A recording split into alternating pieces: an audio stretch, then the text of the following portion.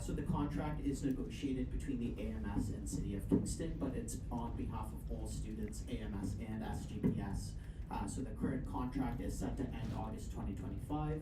The new one is another 3 years starting September 2025 to August 2028. This year, the city had come forward with a much different agenda than past years. They were instructed by council to increase the AMS busing fee from $122 to $240, so a near doubling of the fee. In the fall semester as well, so for fall 2024, the council had passed a new post-secondary semester. And what they're voting for and what their options are when they're voting. Otherwise, we run the risk of not having a universal bus program. So while negotiations are still ongoing, we have entertained the option of a mandatory fee, a hybrid, and a fully optional fee, which is far different from the last decades of busing programs that only saw a mandatory fee. There's a couple other points in my appendix as well about a new tap card system, as well as the negotiated routes in our current contract. Those are service guaranteed, and although they are being removed from the contract, they still exist. They are just viewed as more of routes in the general Kingston transit system. Where are we right now? We're determined to get more input from our members because we need better guidance in our decision making for what fee scenario we're going to put forward. This kind of gives you a bit of insight to the motion for a special referenda later at Assembly today. And we also are looking to conduct a survey so that students are aware of their options and what the risks are if this vote or the increase of this fee during a vote is not passed. So that's really where we are right now, and I think I'll leave off at that. And if anyone has any questions, I'm sure you know how to get in contact with me. Hi everyone, I hope you all had a wonderful and restful break. I cannot believe it, we're in second semester. For everyone running an election, wishing you the very best. For my updates this month, I'm just going to briefly touch on the bigger things. So commission restructures.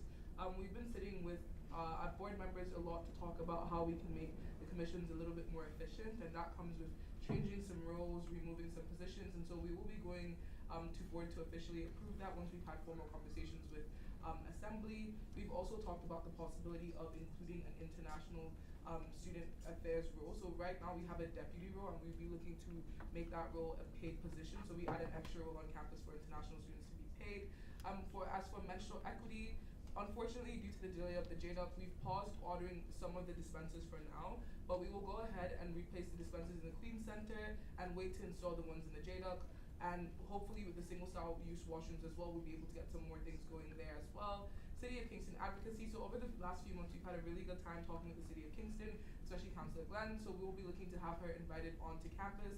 We've also had some conversations with bylaw about the homecoming process and the harm reduction initiatives. We're trying to ensure that they understand how our students feel when it comes to interacting with them. And so hopefully we see a little bit more of a change towards the attitude as well. And as for USA, we posted applications for our spring GA. We hope to see you guys apply. It's a wonderful opportunity. We had our speaker here with us in the fall, and I know he definitely enjoyed the opportunity, and it definitely helped with becoming speaker and understanding Robert's rules, which are kind of hard to follow. But that said, that's my update. Thank you very much. Thanks, Emma.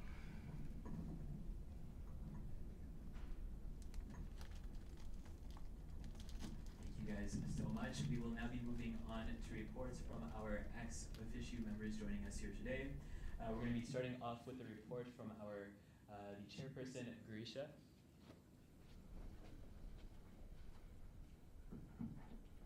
All right, good evening everyone. My name is Grisha Sani. I formerly served as the vice chair of the AMS Board of Directors, and I will now be serving as chair. During my tenure, I intend to emphasize accountability and transparency with both Assembly and our members at large, with the aim of guiding the AMS through a strong and effective strategic direction. I'm sincerely looking forward to continuing to support the corporate branch of the AMS, and if you have any questions for me, I'm always available to meet or chat over email.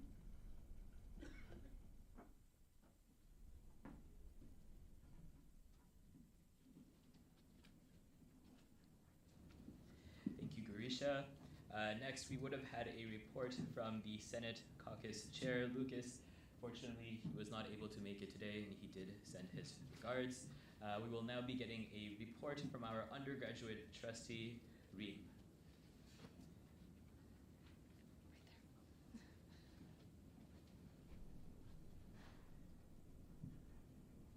Hello everyone. So back in the beginning of December, we had our Board of Trustees meetings, and in the report I outlined a few motions and updates that happened there. Aside from that, there aren't too many updates I can give, but if you have any questions, you can feel free to reach out to me or ask me if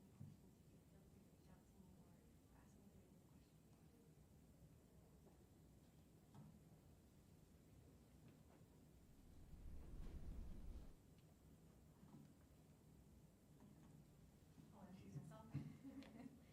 I'm Nikki. For those of you who are new to Assembly, I represent undergraduate and graduate students as the rector. You can refer to my report for the updates on the Tricolor Award and board matters.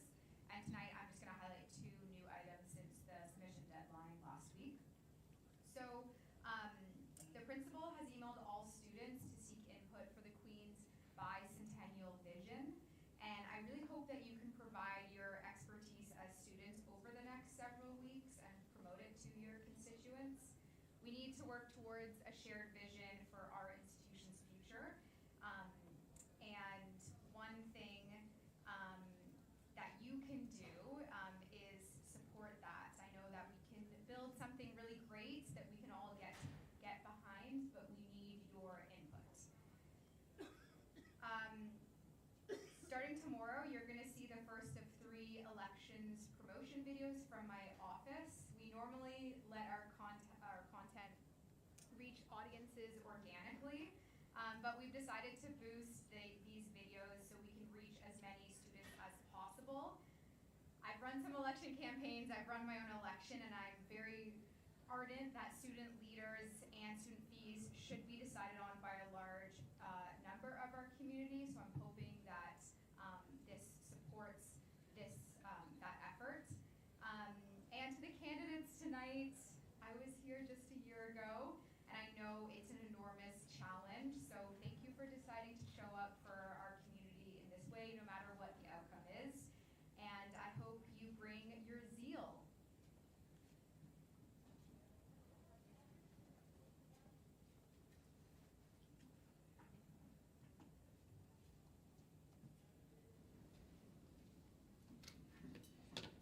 Thank you so much for that, Nikki. We will now be moving on to some statements made by students here. So this is an option available to any AMS fee-paying member here today. If you guys are interested in voicing your opinions about anything in regards to policy here today, feel free to just raise your hand and I can call upon you.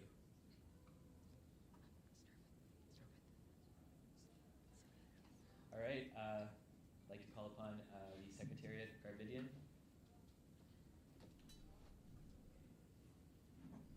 Hi everyone. I just wanted to start off by thanking you all for being here. I really appreciate the collaboration, and I was so excited to see your presentation come through.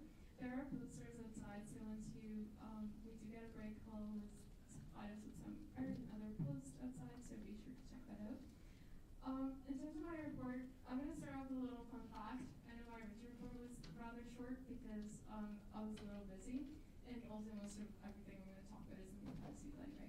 But a little fun fact, I was looking at the 1984 election policy, and it used to be that if you wanted to run in AMS executive elections, you had to get nomination signatures from every member of council or assembly.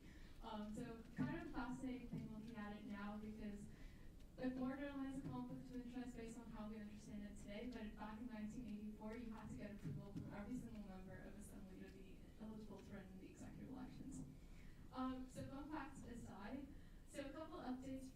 I now have a full team. We were able to hire Rebecca Feldman as the Chief Electoral Officer, so I'm excited to have a full internal affairs office again after her resignation of the previous Chief Electoral Officer. We also hired deputies in city office, so we now have 4 judicial deputies and 3 election deputies. Slightly over what we planned for, but we had the budget because we had vacancies in positions earlier in the year. On that personal note, the Board of Directors has also approved increased hours for all members of the team moving forward for next year, given the workload of the office. Now, in terms of I have to give. So with the employment policy and attendance records, so just as a note, we were able to grant 14 personal absences last term to members of assembly and 7 excused absences. The biggest obstacle to implementing that policy was that members weren't getting noticed by the communicated deadlines. For the judicial committee, there were 4 duly called meetings, and there were 4 personal absences and 3 excused absences for member JCOM. With that being said, we're going to move on to a brief update on the student activity fee policy and the validation process. If the report is in Appendix A4, so you can read that at your own time. Most groups that came forward for establishing, increasing, or continuing their fees were approved via the validation process. The biggest reason that groups didn't proceed forward in validation was because they failed to demonstrate the student fees would be used in the year that they are collected. So groups that are wishing to establish a fee need to demonstrate that they will spend most of their fee in the year that they get it. Some groups had significant surpluses, so the Student Activity Fee Review Committee could not approve their application. So full report of all the groups and why they were accepted or rejected is in Appendix A4 as the Constitution requires me to make. In terms of other updates, for the fee slate, I'm currently working with the accounting team and the general manager to get a full list of the fee slate to make sure the trial process is streamlined. I've already updated the form stack moving forward, and we're currently working with the board of directors to review the staff policy. On the policy end, there are 4 policies coming forward to assembly today, so I won't speak to them because they're their own separate motions. And finally, actually I have 2 things here. So for elections, if anyone wants to inspect the Simply Voting platform, I just wanted to remind everybody that you have every right to do that. You can email me and the election team to request to kind of explore how the platform works and inspect it. The integrity of the elections is very, very important to us, and every member of the society has a right to inspect the platform if they wish. On advocacy end, I have a couple of meetings with university committees this week. So the Policy Advisory Committee will be meeting this Wednesday. Owen and I will also be meeting with the Vice Principal Gavin to talk about some academic integrity procedure changes that the university is exploring. I also just gave the university some feedback over a new policy for the course outlines the university is updating. And then finally, just for transparency, I had a meeting with the Queen's Journal today with their elections. The all candidates meeting for the Queen's Journal elections will be taking place this Wednesday. Unfortunately, there were some delays in announcing the dates for the elections and setting them. That should happen in the fall term, but we were able to work at a timeline that works. So check out the journal's Instagram. I don't know if I'm supposed to say that, but there will be communications with the Queen's Journal about the timelines. All candidates meeting will be included in their newsletter to make up for the delays in announcing the election timeline. Yeah, so we worked out a lot of details there. If you have any questions about anything that I talked about, please let me know.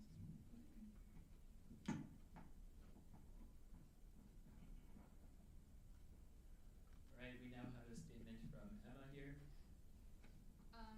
Yeah, I'm the chair of the Committee on External Alignment currently.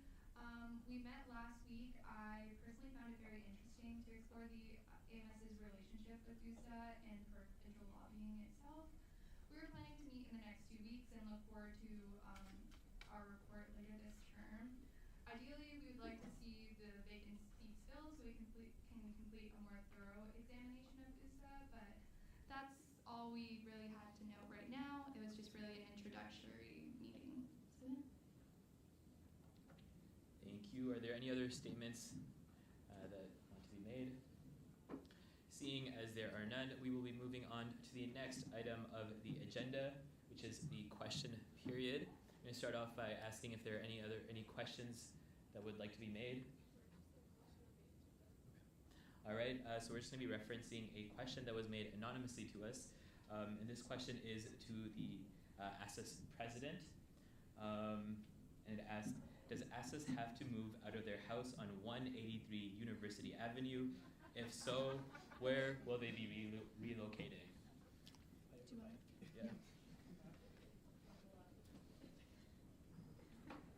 So unless a student knows something that the executive team does not, we will not be moving out of our house. Our house, as a building, is fine and up to code. And we are currently, we operate under Queen's shared spaces, I believe. So essentially we're in shared services for PPS, custodial, all of that. Our house is fully managed by Queens, and we have no intention on leaving.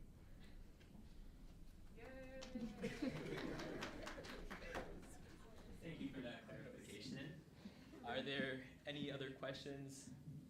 Seeing as there are none, we will be moving on to the next item on the agenda, which is the business from the minutes. Our Secretariat, Garbidian, will be speaking on that. There's not much to say. The minutes are complete. The audio did cut off. We used a recording that the media center had when they streamed it. The audio wasn't like entirely perfect. It was one of the first assemblies where the media center was recording it. So I don't necessarily foresee that issue being moved like forward into the future. But so we noted wherever the audio was cutting off. Otherwise, we did our best to transcribe the entire assembly. Just as a note, I know sometimes it's easy to forget this. Before you speak, please mention your position and your last name. It does really make minutes easier, as opposed to having to go back to the stream and try to guess based on voices who's talking and who isn't.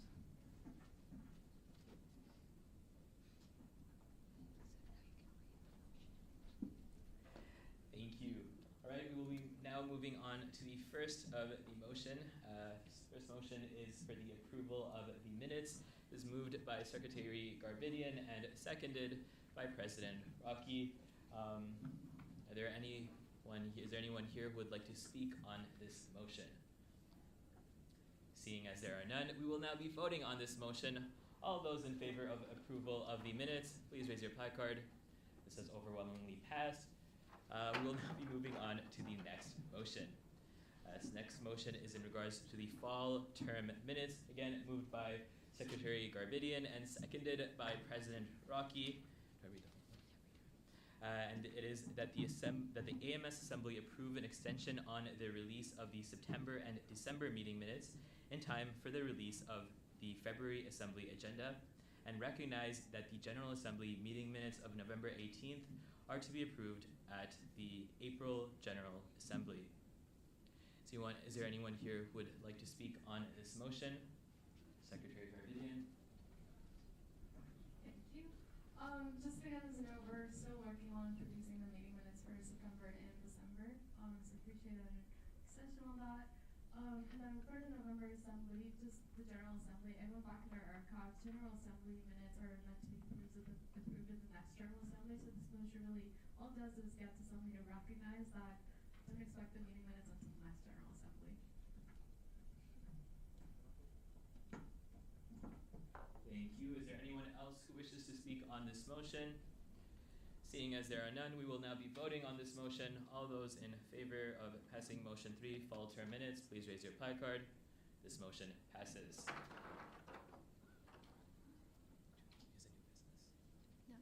All right, we will now be moving on to the next motion, which is the ratification of the CEO.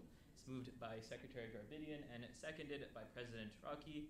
And it is that the AMS Assembly ratify Rebecca Feldman as Chief Electoral Officer for the remainder of the 2024 to 2025 academic year. Is there anyone who wishes? Secretary Garbidian.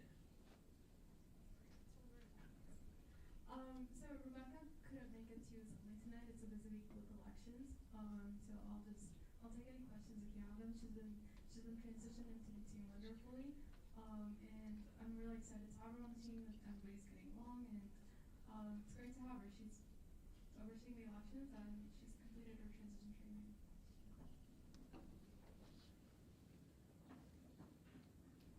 Are there any other questions?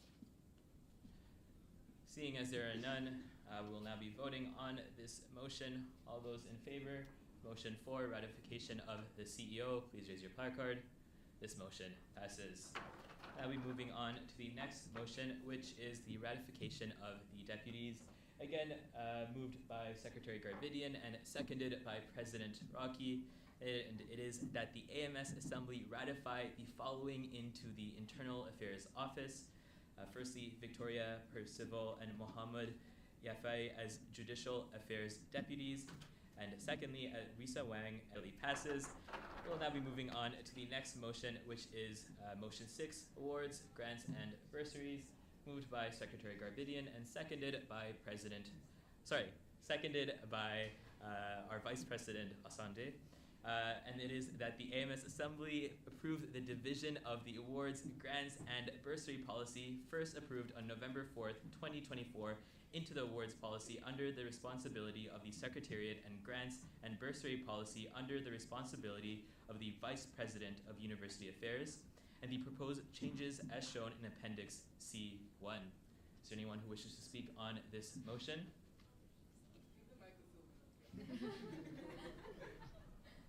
Okay, I'll introduce this one. So just for a bit of context, the awards policy was first proposed to Assembly in March 2022.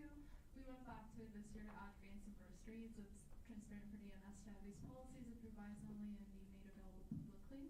So at the time, I think it was the Special Assembly in fall term, the awards, grants, and bursaries were amalgamated into one policy simply because it was easier for us to create a standard template in language that we wanted to use in a policy and collect that information from language throughout. For the awards policy, I went back to it and I divided it up by committee. That makes it easier for committee members to know which awards our committee is responsible for. The committees are also now defined under terminologies.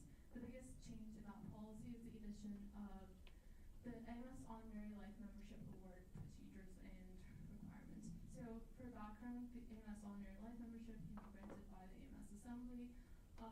We did have a policy that was, we did have a draft policy in the past that was approved by Assembly, so I went back to that, pulled a lot of the language from there, and added it into this policy. So just making sure that it's transparent. It still requires Assembly, but we did feel like there should be a process that involves input from Assembly members before Assembly here's who should be granted a life membership. In terms of who has been granted, I know Patrick Dean has been granted, Principal Patrick Dean, life honorary membership. I think one of the vice principals of the university, Janice,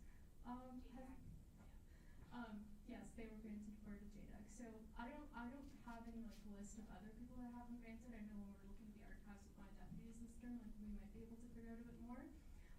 But anyway, so that's the procedure on it. The policies and proposals, if there are any questions, I'm happy to take them, and if we need to know anything, obviously policy is always up for review, so always happy to get input and feedback.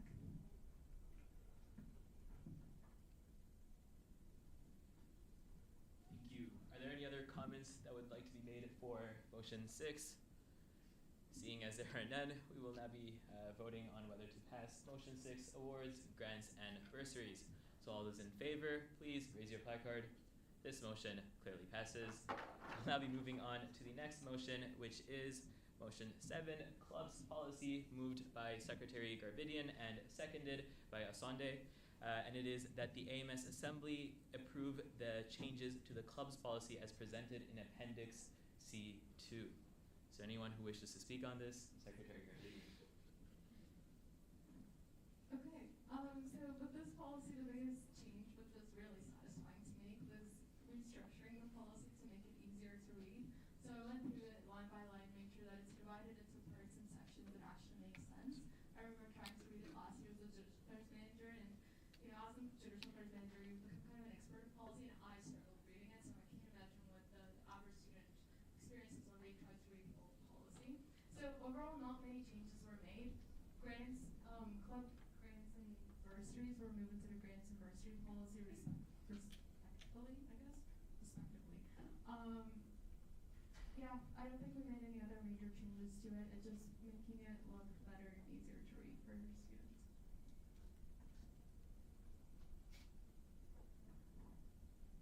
Thank you. Is there anyone else who wishes to speak on this motion? Seeing as there is no one else, we will now be voting on motion 7, clubs policy. All those in favor, please raise your placard. This motion clearly passes. We'll now be moving on to the next motion, motion 8, judicial policy, again moved by Secretary Garvidian and seconded by President Rocky. And it is that the AMS Assembly approve the changes to the judicial policy as presented in Appendix C3. Is there anyone who wishes to speak on this motion?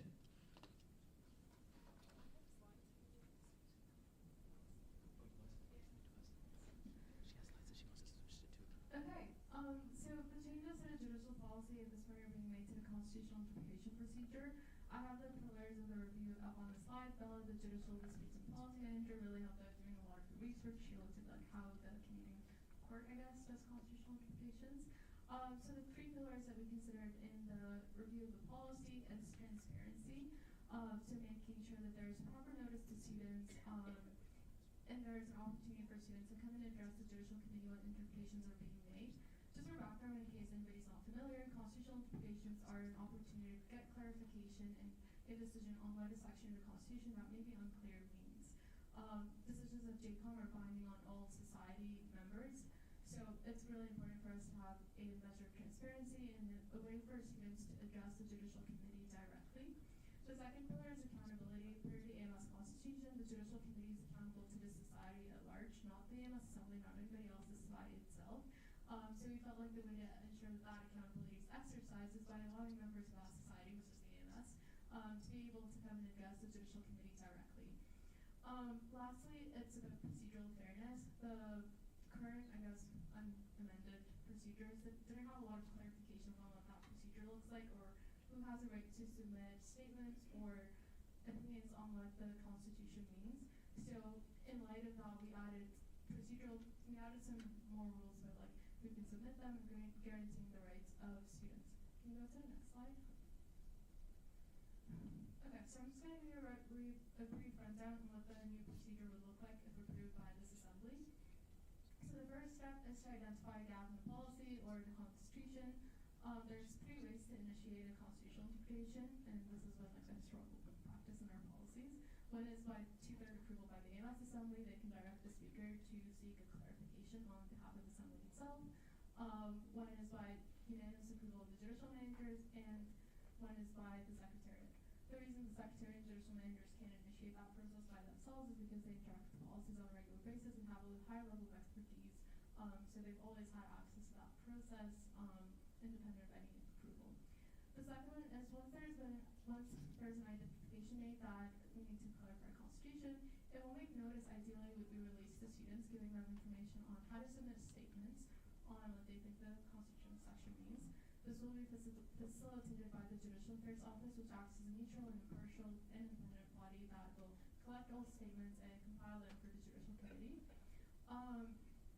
Information on the location of the hearing, the time would also be released, as well as the section that's being interpreted.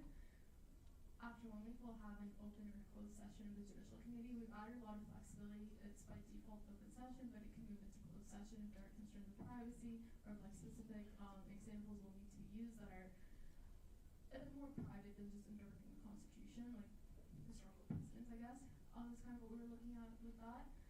Once that meeting happens, a decision will be released. The decision is final. However, because we don't have an appeals body for constitutional implications, we decided to add a process of clarification in case students have questions about what a decision specifically means. So it's not, this isn't meant to be like a field, just like meant to be a process to allow clarifications, because JCOM is accountable to the society. We thought it makes sense for students themselves to be able to go back to the Judicial Committee and ask further questions.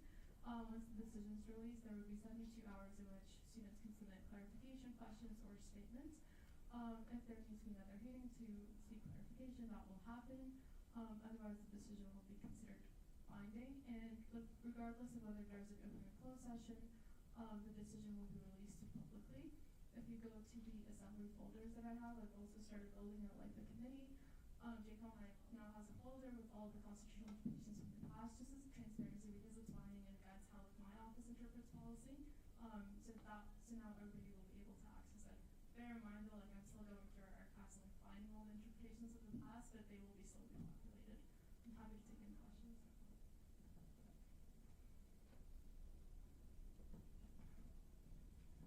Just want to double check, are there any other questions? Seeing as there are none, we'll now be voting on motion 8, judicial policy. All those in favor, please raise your placard. This motion clearly passes. We'll now be moving on to the next motion, which is the ballot randomization procedure. And this will be presented by Secretary Garbidian.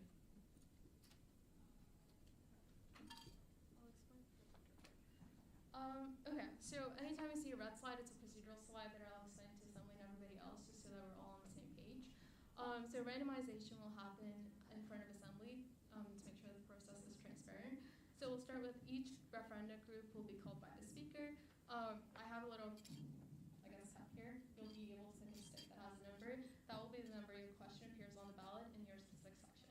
In terms of sections, we start, I think, by new fees, go to increasing and triennial. Mandatory fees are always first, optionals are second. So the number of sticks here represents how many groups will be in your specific section. Groups will be, once you pick a number, you'll read it out, I'll record it so that later we can ratify the order on the ballot. Groups get 3 minutes to speak. And then once you speak and everybody goes forward, I'll come back up and read the order that was selected and assembly will be asked to ratify. If you have any concerns about the process, the time to bring that up would be the ratification of ballot randomization. And then lastly, I did kind of, just in terms of like what the ratification process looked like, I did go back to our archives to see whether referendum groups should be or should not be leading assembly. So the example that I could rely on was January 2024, last year's assembly. Referendum groups were allowed to remain in assembly. So if you're a referendum group, you won't be asked to leave the room for your ratification. You can stay in the room. We don't really have a policy on that, but that was a precedent, and we're happy to follow that right now. If there are any concerns about that, like, you can raise them. Otherwise, that's the procedure. Any questions?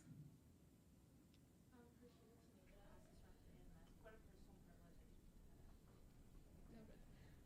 Also, just kind of as a note, do you want to talk about assembly members?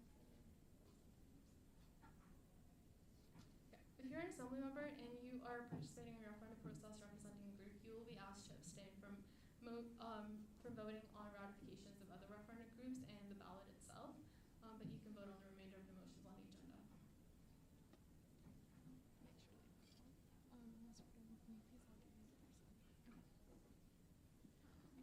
Thank you for that presentation. We will now be moving on to the next motion. Motion tax, wanting to introduce a new fee, is moved by Secretary Garvidian and seconded by President Rocky. It is that the AMS Assembly approve the addition of the following question to the winter 2025 referendum ballot. Do you agree to the establishment of a 69-cent fee subject to individual opt-out to support QHAX? All right, I will now invite up QHAX to speak on this motion.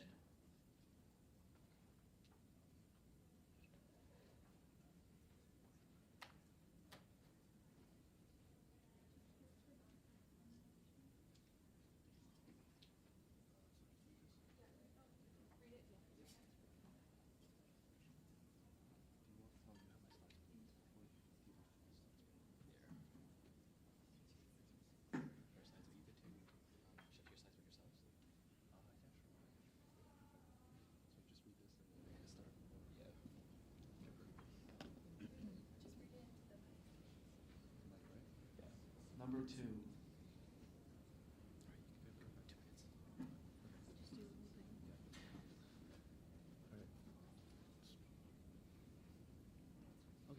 Hey everybody, my name is Steven. I'm the co-chair of QHAX. Thank you so much for being here today. I'm just going to give you a quick breakdown of the club and what we plan to do with the SAF. So real quick, QHAX is Queen's premier annual hackathon where students from across Canada and beyond come together to innovate, create, and collaborate on tech-driven solutions over an exciting weekend.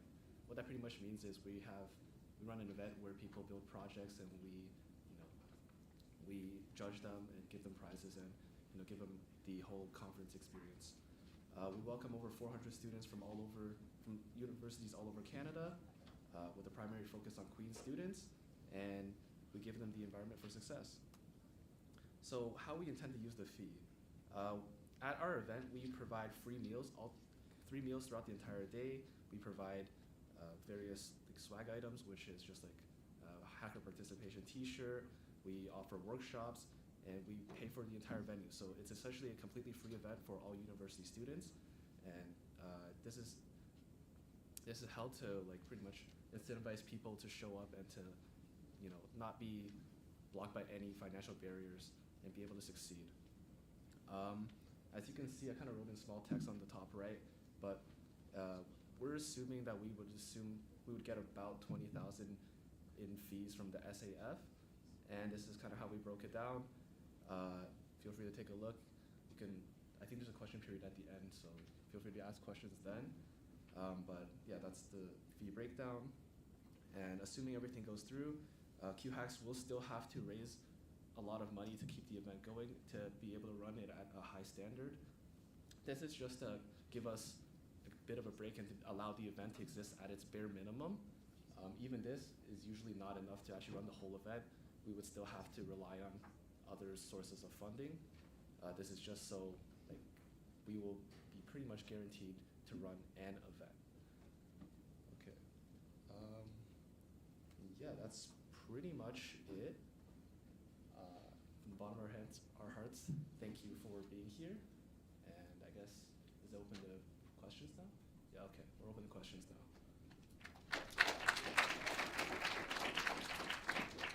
Thank you, QHACs. Are there any questions? Oh, we have a statement for Secretary Garvidian. So I did get a great question about like what the grounds are for assembly to speak on motion.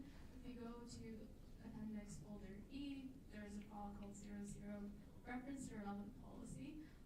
It has the eligibility criteria. So the AMS Assembly can reject to add a question on the ballot if there is evidence that a group was improperly vetted and failed to meet the eligibility criteria outlined in appendix 00.E.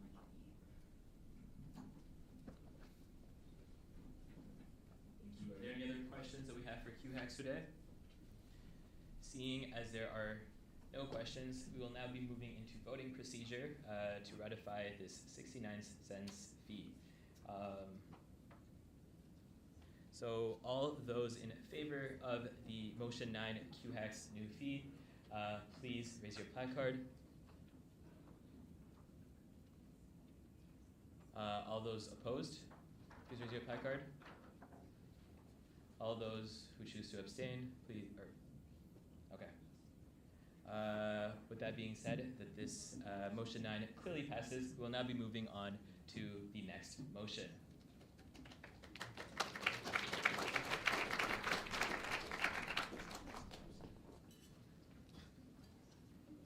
All right, motion 10 is for the Ben Ree Center. It is moved by Secretary Garvidian and seconded by President Rocky. And it is that the AMS Assembly approve the addition of the following question to the winter 2025 referendum ballot. Do you agree to the establishment of a $25 fee subject to individual opt-out to support the Ben Ree Mature Student Bursary Fund? At this time, is there anyone who wishes to speak? Oh, we're going to have a presentation.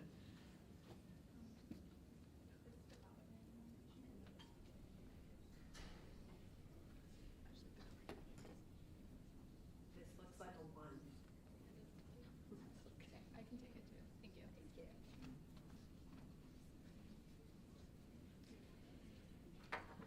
Hi, everybody. So how do I move these along, folks? Can you just get me into my slideshow? Sorry about that. That's okay. Okay, that was easy. Okay, great, thank you. Hi, I'm really glad to be here. Thank you so much for the opportunity to talk about this proposed fee. My name is Susan Bellier. I'm the director of the Ben Ree Center, and many of you probably don't know what the Ben Ree Center is. For 50 years, we've been providing supports and services to mature women students at Queen's. You might not recognize her, the mature students in your classes, but they're there. They're students who have taken a few years, 2 or 3 years off from their formal education, or 5 years, 10 years, 20 years. They might have kids. They might have worked for a while before coming to university. They may have had medical issues that made it impossible for them to go directly to university from high school. There's all sorts of reasons. We've always found lots of mature students to support, and we love them very much. So we offer a range of supports,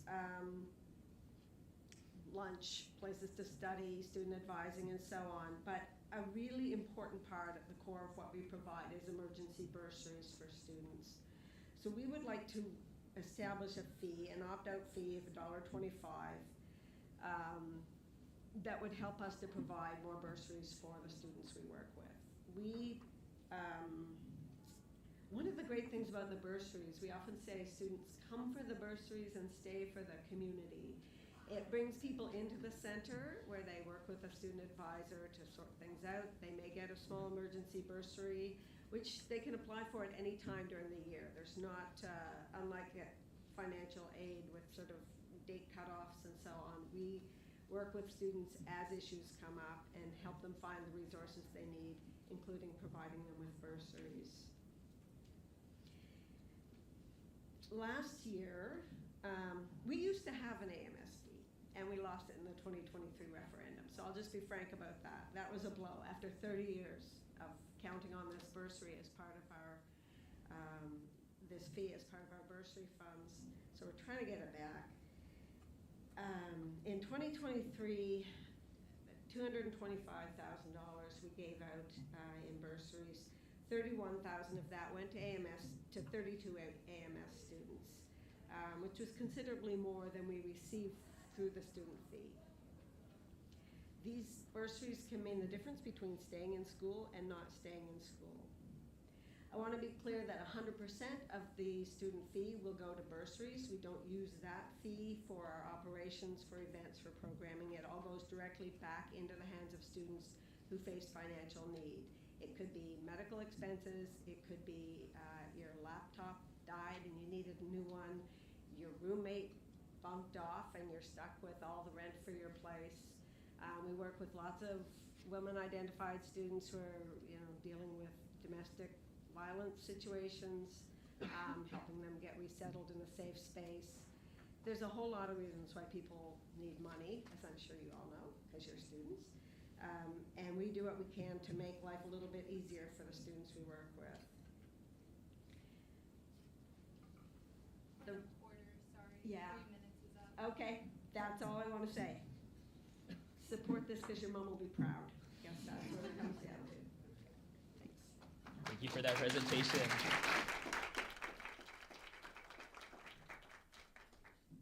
Oh, do we have any questions for the band recenter at this time? Seeing as there are none, we will now be moving on to voting procedure. So all of those in favor of establishing this fee, please raise your placard. All right, all those in favor in not supporting this fee, please raise your placard. All those who choose to abstain, please raise your placard. This motion clearly passes. Congrats.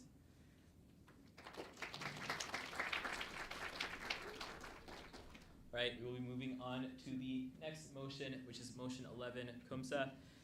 It was moved by Secretary Garbidian, seconded by President Rocky, and it is that AMS Assembly approve the addition of the following question to the winter 2025 referendum ballot. Do you agree to the establishment of a 50 cents fee subject to individual opt-out to support the Queen's University Muslim Student Association? We'll now have a presentation by Kumsa. If I could just get you guys to come up here.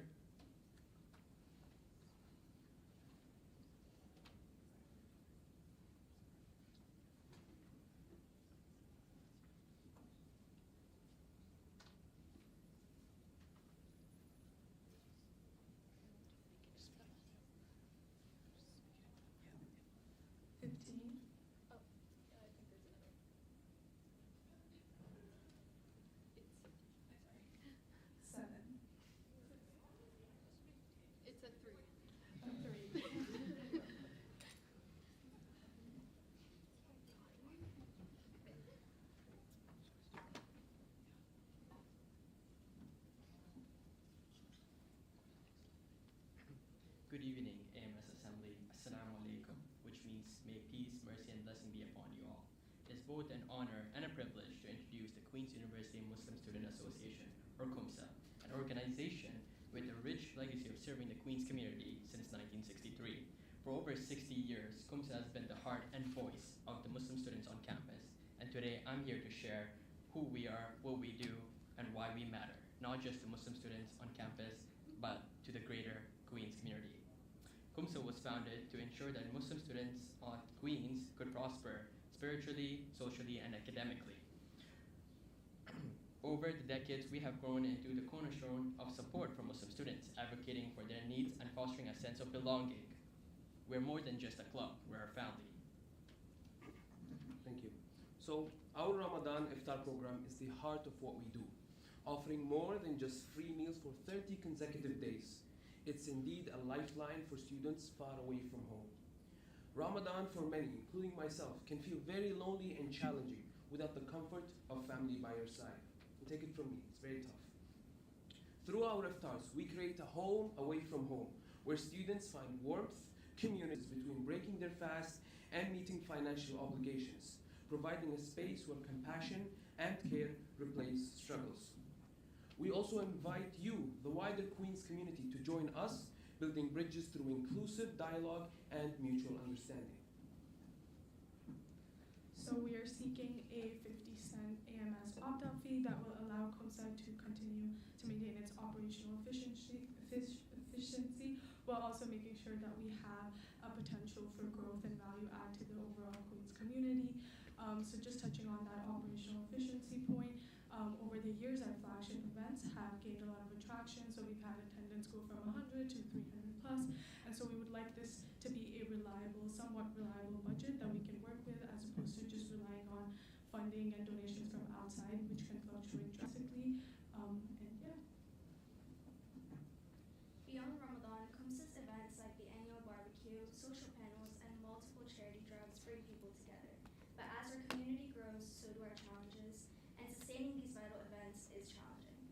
Your support directly impacts students, turning isolation into connections and challenges into opportunities. Thank you. For you, 50 cents isn't a lot, but to us, it can mean the world. Thank you so much for listening, and thank you so much for your consideration.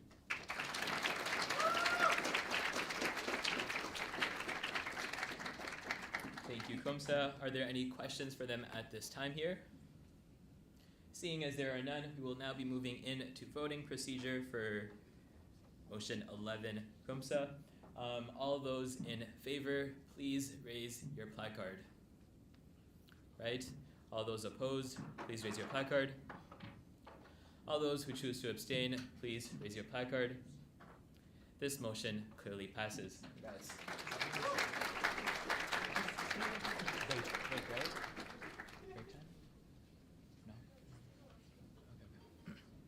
All right, we will now be moving on to the next motion, which is motion 12, Iranian Student Association. It was moved by Secretary Garvidian, seconded by President Raki, and it is that the AMS Assembly approve the addition of the following question to the winter 2025 referendum ballot. Do you agree to the establishment of a 30 cents fee subject to individual opt-out to support the Iranian Association of Queens University? Now we will have the Iranian Student Association speak on this motion. Make sure to read the number.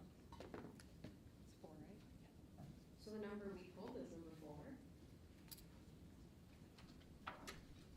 Hi everyone. So my name is Nikki. My name's Eileen. And we're the co-presidents and co-founders of the Iranian Association of Queens University. So a little bit about who we are. The IAQU is dedicated to welcoming students of all backgrounds to celebrate Iranian culture. Our mission is to create a space where students can engage in cultural, social, and educational activities that highlight Iranian heritage and the diversity of Queens. Since 2022, the IAQU has expanded from just Eileen and I to a passionate team of 17 exec members and events with anywhere from 25 to 100 plus attendees. So we're really happy about that. Over the past 2 years, we have hosted large-scale semi-formal events, including our most recent one being a night through the Silk Road in collaboration with the Armenian Student Association and the Afghan Student Club. We also host annual Persian New Year formals to celebrate the coming of the new year. And we recently started our most recent initiative, which is our free bi-weekly student-run Farsi language lesson, drop-in lessons, for community members who would like to learn or improve their Farsi skills. Beyond that, our games nights are a hit with all Queen students. We run initiatives to raise awareness for human rights issues within Iran, like annual vigils for Amir Morardi, a late Queen student on flight PS752, and memorial events for the women like freedom movement. And we believe it's important to fundraise to give back to Iranians in Iran through our most recent fundraiser for the Al Ahmad Educational Complex for child laborers in Iran. I'll pass it on to Eileen. So should we receive a 30-cent opt-out fee, this would provide us with a yearly income of around $3,960, which will be distributed among three main categories: event expenses, community outreach and marketing, and sustainable equipment. 83% of that will go towards event expenses, notably booking event spaces, catering and ticket subsidizations. Around 12.6% will go towards purchasing sustainable equipment, allowing us to minimize our technology rental expenses. And the smallest portion of our income will go towards community outreach and marketing, including posters and media promotion to boost our reach. Your support ensures that we can continue to create meaningful initiatives that enrich the Queen's community, provide a home away from home for Iranian students, and invite students of all backgrounds to engage with and appreciate Iranian culture. Thank you so much. Any questions?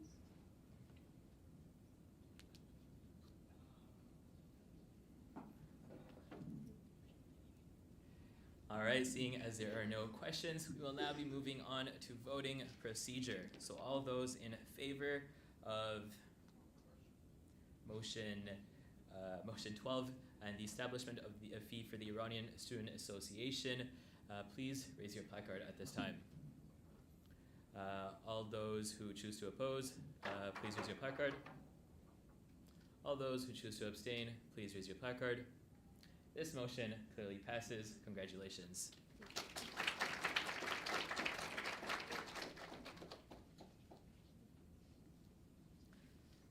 All right, we will now be moving on to the next motion, motion 13, ballot randomization. It was moved by Secretary Garbidian and seconded by President Rocky.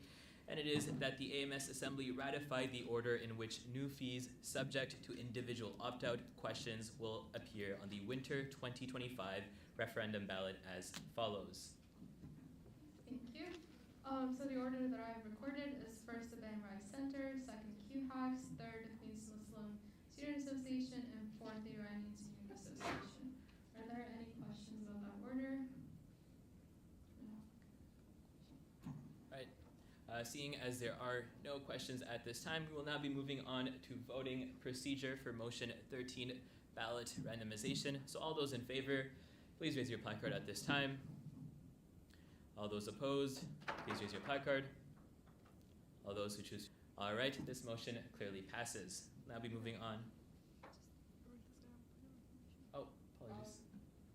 So, gender is delayed, sorry. It's gonna come soon. We'll let you guys know when it comes, but can we just keep going until the food is here? Yeah. All right, we will now be moving on to our next motion, motion 14, the Queen's Journal. Just before we continue, just want to kind of make a comment about randomizations for motion 14, the Queen's Journal, CFRC, and ASIS. Those three groups will not participate in randomization because they're the only group and there are specific sections on the ballot. Increasing fees mandatory is only Queen's Journal, increasing fees for optional is only CFRC, and ASIS only goes to their ASIS members, so there is no randomization. Right, this next motion, motion 14, the Queen's Journal, moved by Secretary Garbidian and seconded by President Rocky, is that the AMS Assembly approve the addition of the following question to the winter 2025 random ballot. Do you agree to an increase in the Queen's Journal fee mandatory from $10.62 to $12.12, an increase of $1.50? Now have the Queen's Journal speak on this motion.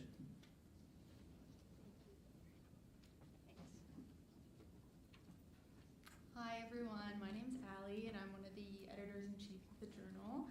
I'm sure many of you are very well acquainted with our service, but for those of you who aren't, we're the longest publishing student newspaper in North America, and we publish 40 times a year, twice weekly for the first 6 weeks of the semester, and then once after that on Tuesdays and Fridays. With all that said, it takes a lot of staff and people behind putting together that paper, many of whom are not paid. We currently have 36 people on our masthead, ranging from first to fourth year. 2 are salaried, myself and my co-editor, 7 are waged, including our 2 assistant managers, and then 27 receive a honoraria at the end of the year, or installed in 2 payments.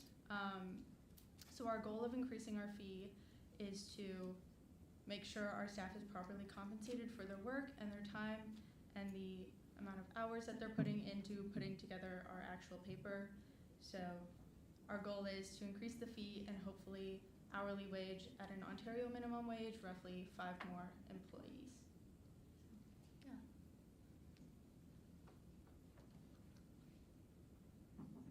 Thank you for that. Are there any questions for the journal at this time? Right, seeing as there are no questions, we'll now be moving into voting procedure for motion 14, the Queen's Journal. All those in favor of this motion, please raise your placard. All those opposed, please raise your placard. All those who choose to abstain, please raise your placard. This motion clearly passes. Congratulations.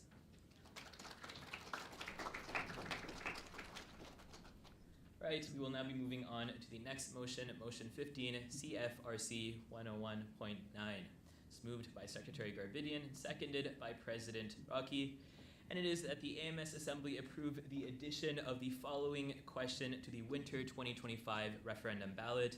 Do you agree to an increase in the CFRC 101.9 FM fee, subject to individual opt-out, from $8.22 to $10, an increase of $1.78? We'll now have CFRC 101.9 speak on this motion.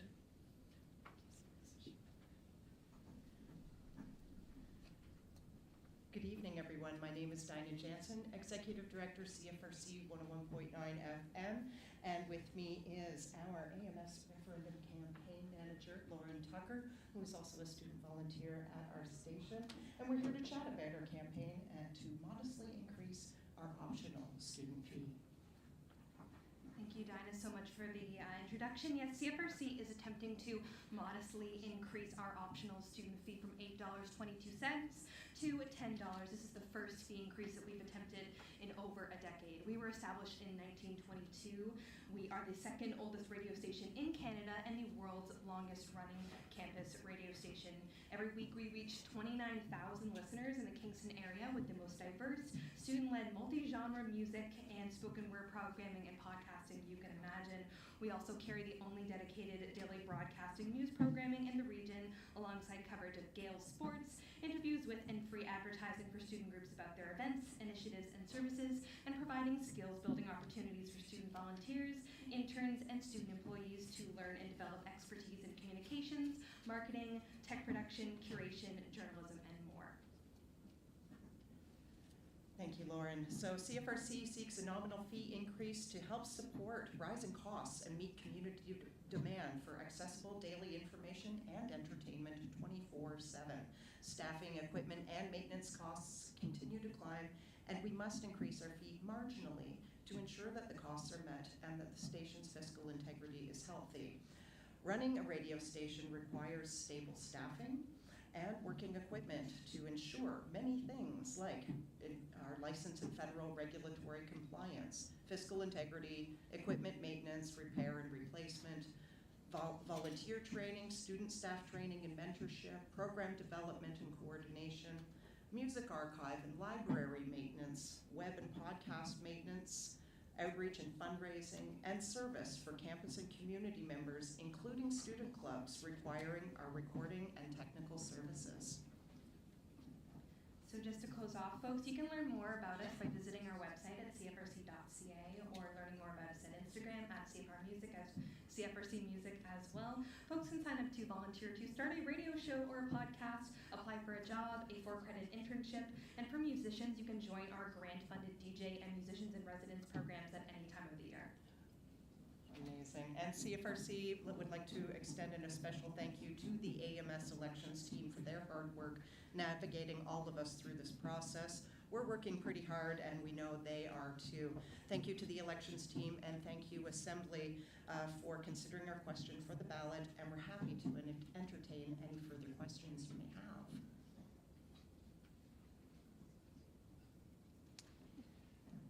All right, seeing as there are no questions, we will now be moving into voting procedure.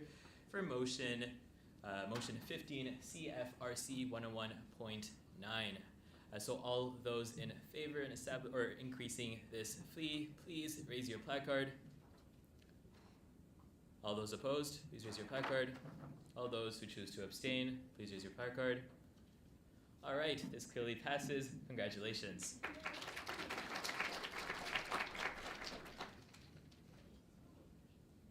Right, we will now be moving on to motion 34, an ASIS fee increase. It was moved by Secretary Garbidian and seconded by President Rocky. And it is that the AMS Assembly approve the addition of the following question to the winter 2025 referendum ballot, open only to members of the Arts and Science Undergraduate Society. Do you agree to the increase in the ASIS membership fee, mandatory, from $31.55 to $37.67, an increase of $6.12, Appendix D7. Is there anyone who wishes to speak on this motion at this time? We'll have President Otis come and speak for us.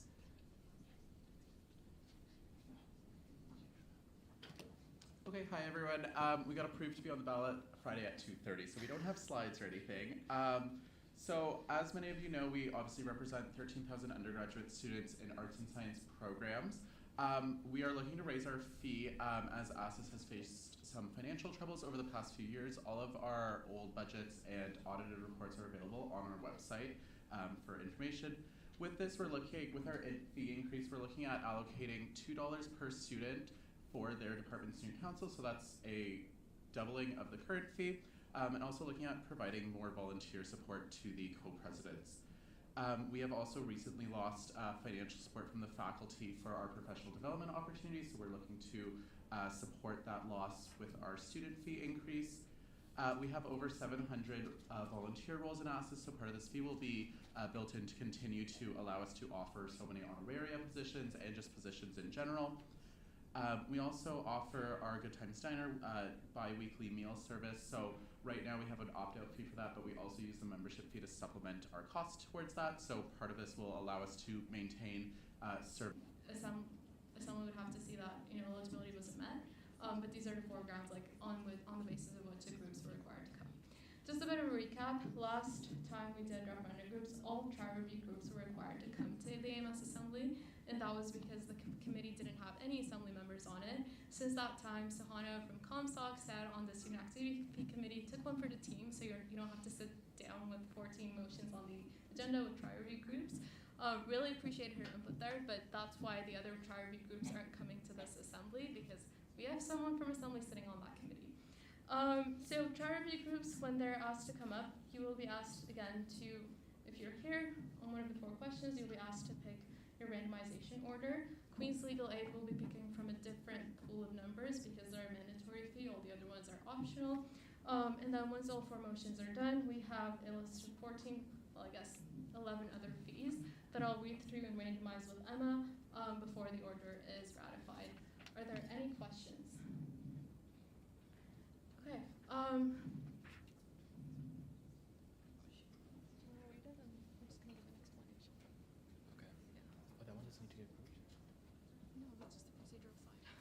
right, we will now be moving on to motion 33 QPID, moved by Secretary Garbidian and seconded by President Owen Rocky.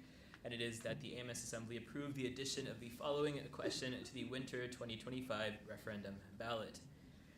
Do you agree to the continuation of the Queen's Project on International Development fee of $2.50, subject to individual opt-out for the next 3 years? This fee was originally established and last went to referendum in Appendix E0. Please note that the Secretariat is in the process of verifying the date that it was established, as there was contradictory information presented. Okay, I'll speak to this first and then I'll let representatives address Assembly if they wish.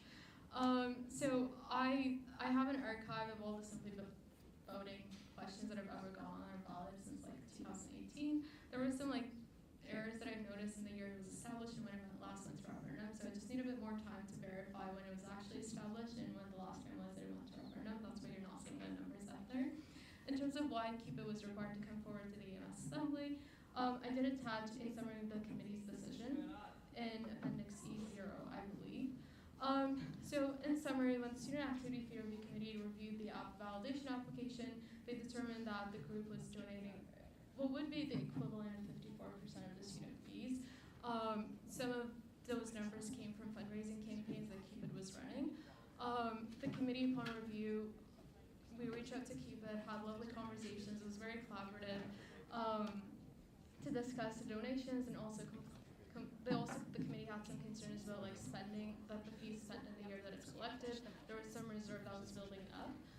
So after these conversations, and given Cupid was open to committing to reducing the donations, and in light of the fact that the policy from the time the fee was established until now has had substantially changed, and we don't have any evidence that the group was notified of the changes that took place, and in light of that being open to comply with the policy, the Student Activity Fee Review Committee approved their application. In terms of addressing this problem in the future, I will be sending out communication to all of our groups on the fee slate with the eligibility criteria to make sure that they're all aware in the future. But at this point, the committee was satisfied with the demonstrated commitment to comply with eligibility. So they approved the addition of the fee. So again, this was only brought forward because the policy had substantially changed. If someone has any concerns with the group continuing, happy to answer them. I'll also let the representatives from Cupid come and address assembly if they wish.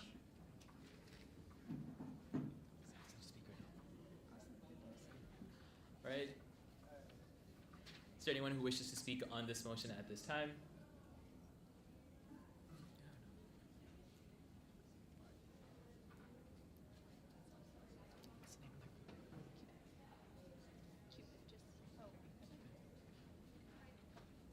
All right, we just have a short presentation from. This is for ballot randomization. Just speak it into the mic. Just say one. One. Hi everyone, thank you so much for having us here today. My name is Tara Tamang, I'm the General Director at Cupid, and I'm joined by Jocelyn Roll, she's our Finance Director. For those who don't know us, Cupid stands for Queen's Project on International Development. We were founded exactly 35 years ago, which is exciting. Cupid's mission statement is to foster a development consciousness within Queens and the Kingston community. We run a variety of different outreach portfolios. Probably the most prominent one that I think all of you might be aware of is our Collecting with Cupid campaign. It's a 5-day campaign right outside Goods at the corner of University and Union there. You've probably all seen us in our blue shirts for us a week out there collecting money for the Kingston Youth Shelter. We're proud to say that we are one of the biggest private donors of the Kingston Youth Shelter. Each year we're lucky enough to collect funds and donate to them and be integral to their function as an organization. 100% of these funds that we fundraise are going directly to the cause. So Cupid does not keep any of this money. We actually spend money on creating these events and running these events, and then all money, again, that we receive from donations, we give directly to the organization. In addition, we run multiple different outreach programs like our youth conference. It's a full-day event free for all Kingston high school students that discusses different social and justice topics. We run monthly forums for the Queen's students to educate them on different social and justice topics and bring in professionals in the field. We also run semester-based workshops. We typically run about 3 workshops a semester in Kingston high schools, again focusing on a specified social injustice, educating the students of Kingston about different topics. And we also run our internships that run for 10 weeks in the summer. This year we're sending 8 lovely candidates working at not-for-profit organizations across the globe, all of which are heavily subsidized by Cupid as well. So we've got a lot going on. Happy to answer any questions and talk more as well. Thank you.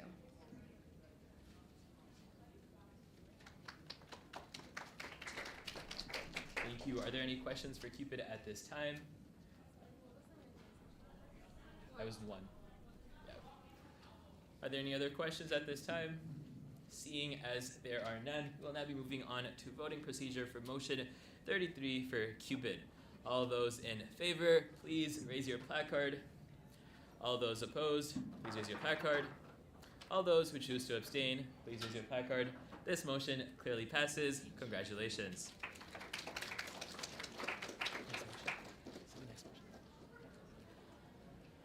Right, we will now be moving on to our next motion, motion 16, Gender Affirming Assistant Project, moved by Secretary Garbidian and seconded by President Rocky. and it is that the AMS Assembly approve the addition of the following question to the winter 2025 referendum ballot.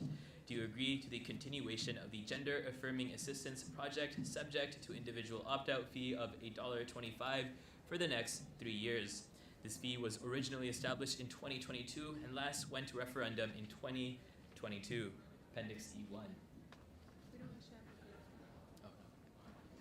Okay, so again, this was a trial review group. Just for background, the Gender Affirming Assistance Project had a $2 fee on the AMS fee slate. When they submitted their validation package, the Student Activity Fee Review Committee determined that fees were not being mostly spent in the year that they were accumulated. You can reference the appendix to see the significant surplus that had accumulated in their bank account and also the surplus that they continue to project. So this group was actually suspended for the upcoming year to allow them to draw down on their reserve in their bank account. And then the group was approved on the condition that the committee increase their fee. So we had meetings, again, very productive, very collaborative. The Gender Affirming Assistance Project came back with a proposal to reduce it to 1.50. And they put a range of different fees that we were looking at. The committee ultimately decided to support a fee of 125, which is consistent with the spending of the group. The committee did make consideration to the fact that costs are increasing in the future, but based on the demonstrated expenses in the past and also the growth that they've shown in their application, the 1.25 fee was a fee that the group could support. Gender Affirming Assistance Project was informed that once they demonstrate increased spending, they can come back for an increased fee if they need it at that time. We don't have members of the group present here today. Unfortunately, they couldn't make it, so I'm happy to take any questions about the committee's decision.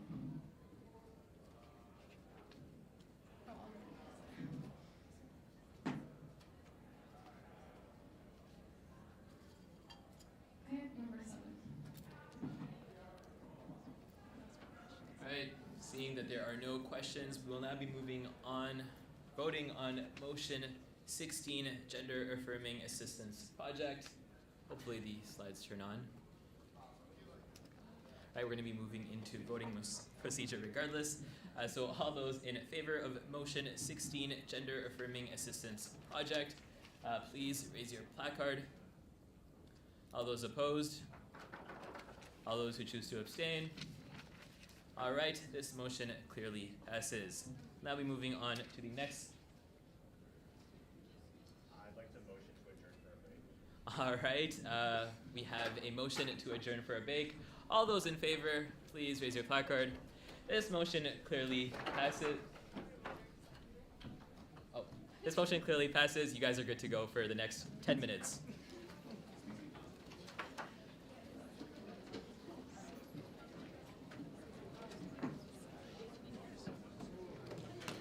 How are you feeling? It's unserious. I might not. It was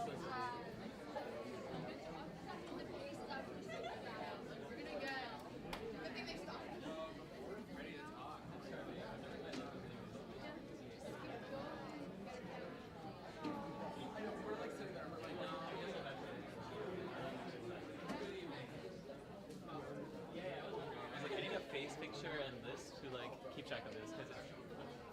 No, you're doing well.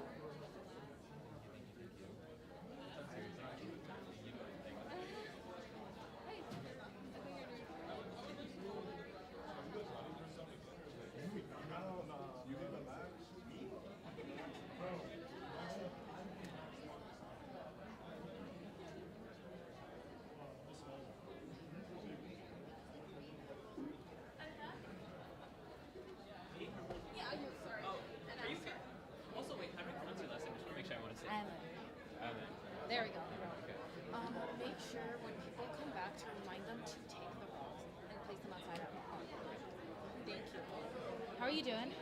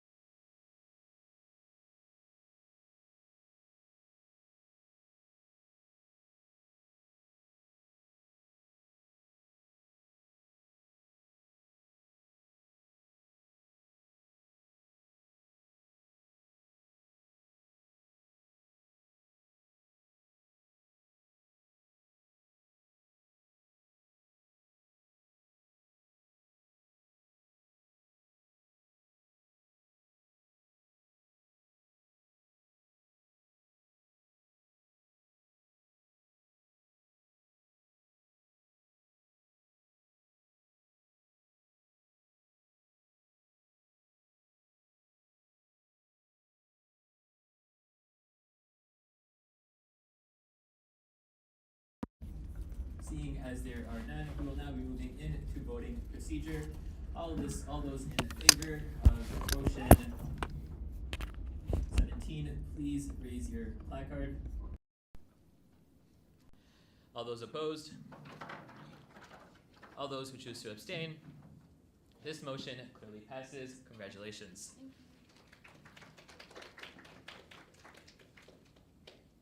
Right, we will now be moving on to our next motion, motion 818, Queen's Legal Aid. It was moved by Secretary Garbidian and seconded by President Rocky, and it is that the AMS Assembly approve the addition of the following question to the winter 2025 referendum ballot. Do you agree to the continuation of the Queen's Legal Aid fee of $5.50 mandatory fee for the next 3 years? This fee was originally established in 1991 and last went to referendum in 2022 and provides. I will have Secretary Garbidian. I'm gonna get used to my name being called. Okay, so for background on why this group was required to come to the AMS Assembly, so the Student Activity Fee Review Committee actually did not have any concerns with the invalidation package submitted or any other material. The area that the Student Activity Fee Review Committee deferred to this AMS Assembly is the wording of the question. So the last time Queen's Legal Aid went to a triennial review referendum was 2022. At the time, for unclear reasons, Queen's Legal Aid was permitted to add and provide all AMS members with free services from QLA on their referendum question. My understanding of it was like there were concerns about whether the fee would pass. QLA provides an essential student service to Queen students on campus. So they were permitted to add that additional language on the question. They came back when the validation package was submitted. There was a proposal to keep that same language as was presented at the last referendum. The Student Activity Fee Committee cannot make determinations on the final question that gets added on the ballot. That's Assembly's purview. But the committee did recommend that the AMS Assembly not add that final question because it would be inconsistent with the other questions on the ballot. None of the other groups that will be on the ballot this winter referendum will have the opportunity to add clarification on what their fee serves on the ballot itself. So the committee's opinion was to not recommend it, but obviously it's ultimately Assembly's decision on whether or not that gets added in or not. Yeah, that's all I have to say to it. The committee disagreed on the basis of inconsistency with other tri-review questions. The committee felt like it would be unfair for Queen's Legal Aid to have a specific section in there that other groups wouldn't have. And just for comparison, we have a lot of other essential student services on campus. All of them have mandatory fees and none of them would have the same privilege. So I'll let their representatives come and address Assembly on any issue that they wish.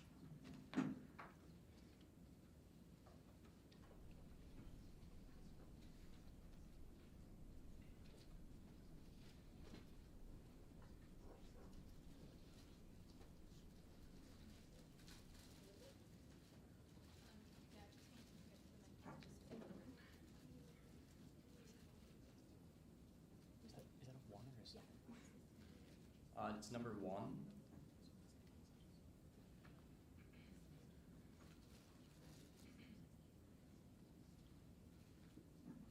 Hi everyone, so my name is Curtis and this is Georgia. We're upper year law students at Queens and we've worked with Queens Legal Aid for the past year or so. So Queens Legal Aid is a student-run legal community, legal aid clinic for the community under the supervision of staff lawyers. And so what that means is that it provides free legal services to Queens students as well as to impoverished members of the community, specifically in Kingston. So this really includes tenant matters, which is the largest issue that we deal with. So that's things such as illegal rent increases, maintenance issues, and tenants' rights issues. There's also other matters such as provincial offenses, bylaw defenses, which includes administrative monetary penalties that can be assessed at times such as homecoming when there's a lot of students out partying, as well as things such as small courts claims, employment law, and human rights cases.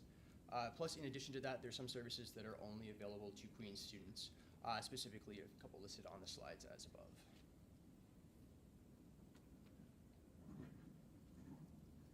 So Queens has the Presence Center community. You guys can drop in downtown or submit your applications online. And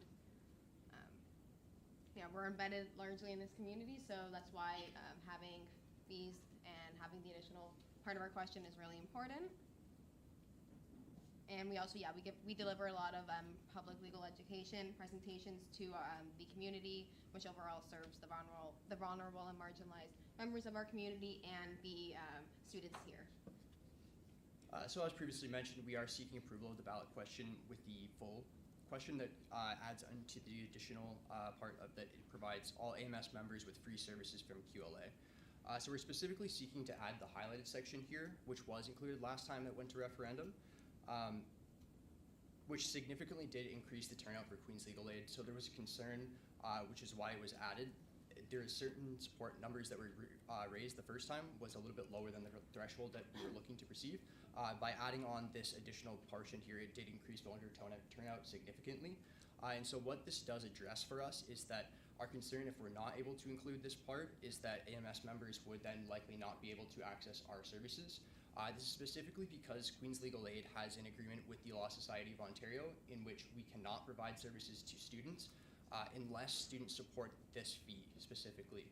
So if this were not to pass the referendum, Queen's students wouldn't be able to access this for free. And we believe that if AMS members are not specifically drawn attention to the fact that they would receive these free services, we may not have the support to pass this referendum. And as he just said, we have a specific agreement with the Law Society of Ontario that in order to provide services to AMS members and without having the support of you guys, and then so AMS members cannot access our services without this, basically. So then just in addition, Clause 15 says that the Dean shall make all reasonable efforts to ensure that the SLSO continues to receive funding from its student communities. The reason that we want to address this question here, in specific the highlighted portion to add to our question, is that... Okay, thanks.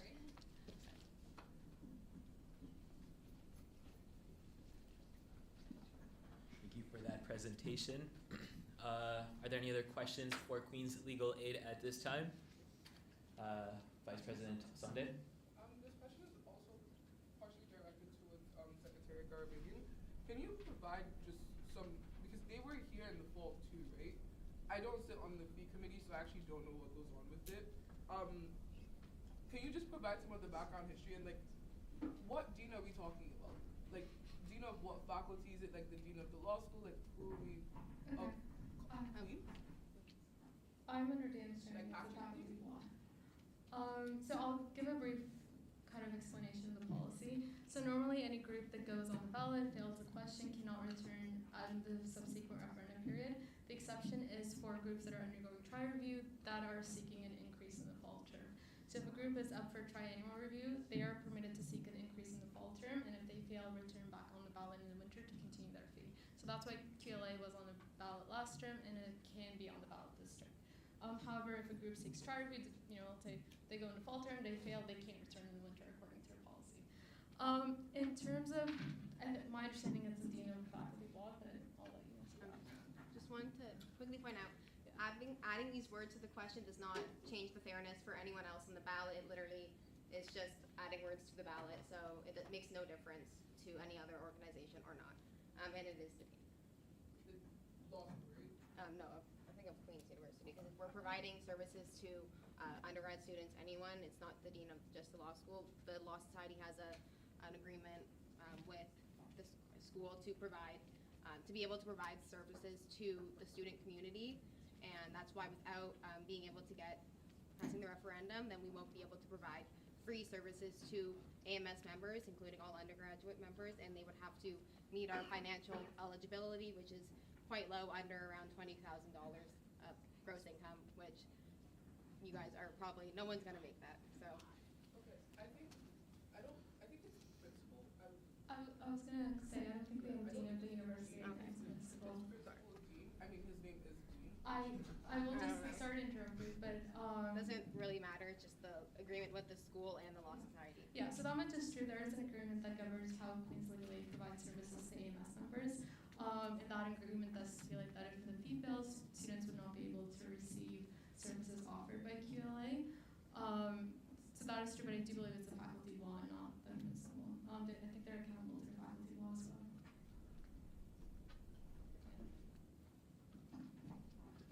questions at this time? I'll give it to NSOC president first. Yep. Jack Walker, NSOC president. Just a question about that agreement. When you say that QLA won't be able to provide services, is that just for financial reasons, or is that like a policy thing? Like if you guys, for example, found other funding, you're saying you still wouldn't be able to provide free legal aid? We have, yeah. Correct, yeah. So the agreement is that we wouldn't be able to provide any. So how it works right now is if any student that does pay that fee is able to come in and access our fees just because they're a student. Right. If they aren't, if we aren't supported by that fee because of the agreement specifically requiring students to support us, we wouldn't be able to provide that. They'd have to meet a certain income threshold, as Georgia mentioned, which is about like $20,000 for your whole family. So if you're under 26 years old, you have to meet the income threshold that your entire family, if you receive any form of parental assistance, and then if you're not under that threshold, you won't be able to access our services at all. Right. Regardless of the funding you guys actually receive from other sources. Correct, yeah. Thank you. Any other questions at this time? I'll hand it over to our rector. Hi, Rector Butch-Hale. I have, if I may, a point of information for our secretary and then a question for the presenters. Do you have there ever been in the last year student groups seeking fees or increases that have requested additional points in their question? No? Okay. Do you, Other than QLA. Am I able to respond to that? It was a direct. it was a question for the secretary. I don't think you know everyone who submitted a question. No, I was just going to respond to. Am I able to speak? Well, it's up to the secretary right now, and then I just she wanted wants to know forward if it. we're treating anyone unfairly, like if anyone's asked and we've said no, so no one's asked. Okay. I guess just a point of information. You had said that you were concerned about voter turnout and you wouldn't have good voter turnout without that question. If you're talking about voter turnout, I would really recommend some like robust marketing strategies, like putting in money to boost ads or whatever, like within your budget, whatever you can do. Recruiting brand ambassadors and doing class talks, I think, will be really crucial to get fees passed. That's what like we've seen the most successful fees go for. So I'll just leave that there. You guys want to respond to that, or? Am I able to respond to the first point in this section here? Do I have to ask a third question? You're good. You're good to respond to the first. Yeah. Yeah. So in regards to other groups not bringing this additional full complete question to the assembly, we're not in a unique position here. Any group that wants to add on to their question to ask a full and complete question is perfectly able to bring that to the assembly. You know, part of what we learned in law school is that like mandatory minimums aren't liked by judges. Judges like judicial discretion, and that's what this assembly has. This assembly has discretion in order to make these decisions to allow these certain exceptions in cases such as this, that every group is in the exact position that they could bring these questions to the assembly if they so required. Just to try to like address that unfairness aspect that all groups do have the ability to bring this to your discretion in order for the assembly to decide on the issue. Yeah, my question was just to make sure we didn't reject another club's request. No one requested it, so it's not unfair. That was the basis of that question. Okay. I will just also add to that discussion. The reason most groups would ever make a request like that is because when you fill out the validation package, it actually has the formulas that we use listed in there. And the validation package is quite clear that those are formulas that should be used. So the impression any other group would have is that they wouldn't be allowed to add any additional language, which would be why they wouldn't come forward with a request. The other piece, just in terms of the discretion of assembly, the reason the staff committee defer that decision to assembly is because assembly has the final jurisdiction to kind of add questions and look at their wording. There's some constitutional stipulation about making sure that the wording does not mislead people or influence the voter in any way. But other than that, it's the reason we brought it forward is to give KLA an opportunity to address this assembly. The student activity committee did direct me to recommend that the question uses the same formula as all other groups in terms of concerns to campaigning. Like Rector Boychuk-Hill said, there are opportunities for groups to campaign and make sure that and opportunities for them to engage with the membership that will be ultimately voting on the question. Thank you. Are there any other questions or comments at this time? Recognize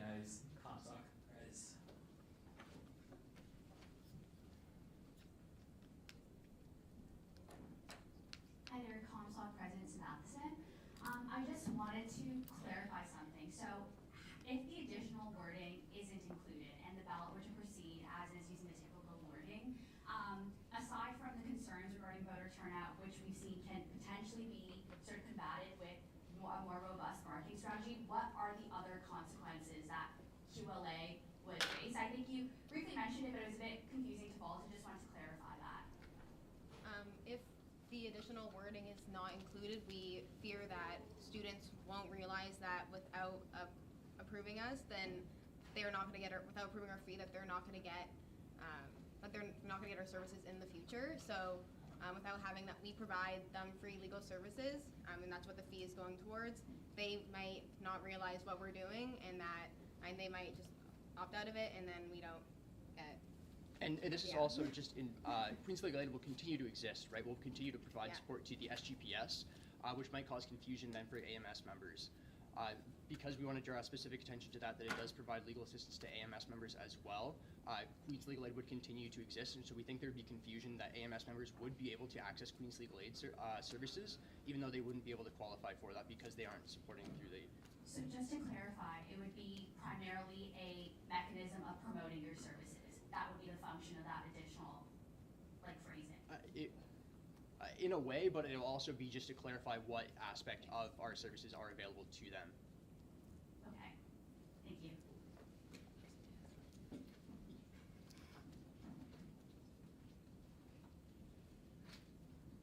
you. Any other questions at this time? Handing it off to Josh.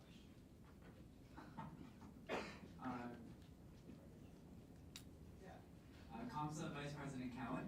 I'm just wondering if we have further information why the committee suggested Assembly decline.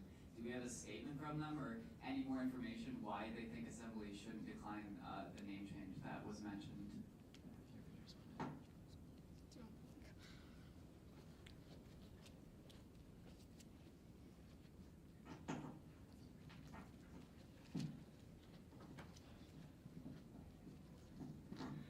So great question. The committee does not make a decision, but make a recommendation, and as the chair of the committee, I'm responsible to represent the opinions of the committee.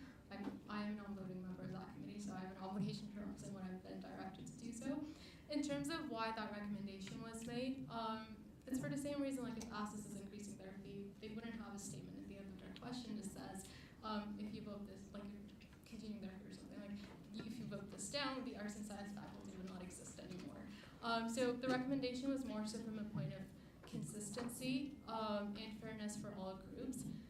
QLA does provide essential services for students on campus, but so does every other mandatory fee on the AMS fee slate, and none of them had any additional statements on the questions when they were established or continued to say what services they provide and what would be what would stop being provided if students voted down. So it was mostly from a point of fairness and consistency. Some of the language could be considered campaigning on the ballot. But again, it was just for the same reason. The AMS, if it's continuing their fee, wouldn't say, if you don't vote this on, if you don't vote for this, then the AMS ceases to exist. And maybe students want that, but who knows. Thank you. Can I comment? Just one moment. Just wanted to say quickly, in terms of fairness, equality and equity are the same thing. So just because we did have an extra 6 words on the ballot, again, equality doesn't always mean fairness. Equity also exists. Held by the Supreme Court. Right. Are there any other questions at this time? Vice President Fasade. It's already asked a question. It's a point of information. Okay, I can do that. Okay, so considering, first of all, I'd like to caution the wording of using equity versus equality in this type of frame. Super important things, super important concepts, and super important words as well. But their definitions, especially how they're applied, we have to be careful with them so that they're not misapplied or applied to situations when they don't necessarily count. That's number one. Number two, I understand how much hard work you guys have put towards this, and in terms of all the work that you've done. But if I'm using the point of, correct me if I'm wrong, because Robert Rules messes me up. But if I'm using the point of information correctly, I just also want to say that I believe that, as Rector Wojcik already said, if the proper mechanisms are used for marketing, you wouldn't need to add this fee in. I personally think that having this fee in there adds an extra advantage to your team. Because I can give an example. Last year, the Black Clubs Caucus came to Assembly for a fee. We provide students with free services, but that was nowhere in our ballot because we were able to say, through our marketing and all of the things that we did afterwards, that students will still benefit from it. I just think that with this, it adds on an unfair advantage. Now, to Do I think that Queen's Legal Aid provides an amazing service for our students? 100%. And do I think that students should support this fee? 100%. But I don't know necessarily, with the point of information, if I agree with the approach that has been presented today in terms of the fee. And I will shut up. So, thank you. Point of order. Yeah. Just point of order, assembly is meant to remain neutral with respect to all referendum groups. Right, any other comments or questions at this time? Guys, Yeah, sure. Sorry. Comstock Senator Nazari here. I'm acting as a proxy on behalf of so Ash. Sorry, DB Ops. I apologize. First off, I just want to say I thank you for the work that you do. We, in our faculty, we recognize that we have plenty of people, myself included, that are looking to go into the legal field in the future. So I just want to say that the hard work that you guys do definitely does not go unrecognized.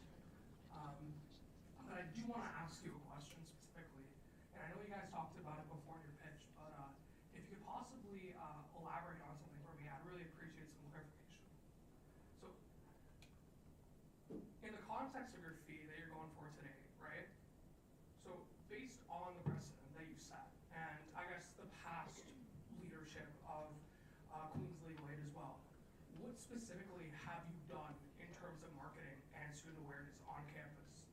And like, I don't know, like specifically, like if this goes to vote and students vote for it, would it pass? Like, this isn't a question for you, but more so what I'm thinking is, even if it didn't have that extra line, like the little bit that we're talking about, what specifically has been done in the past in terms of outreach to students, and why should they vote for you?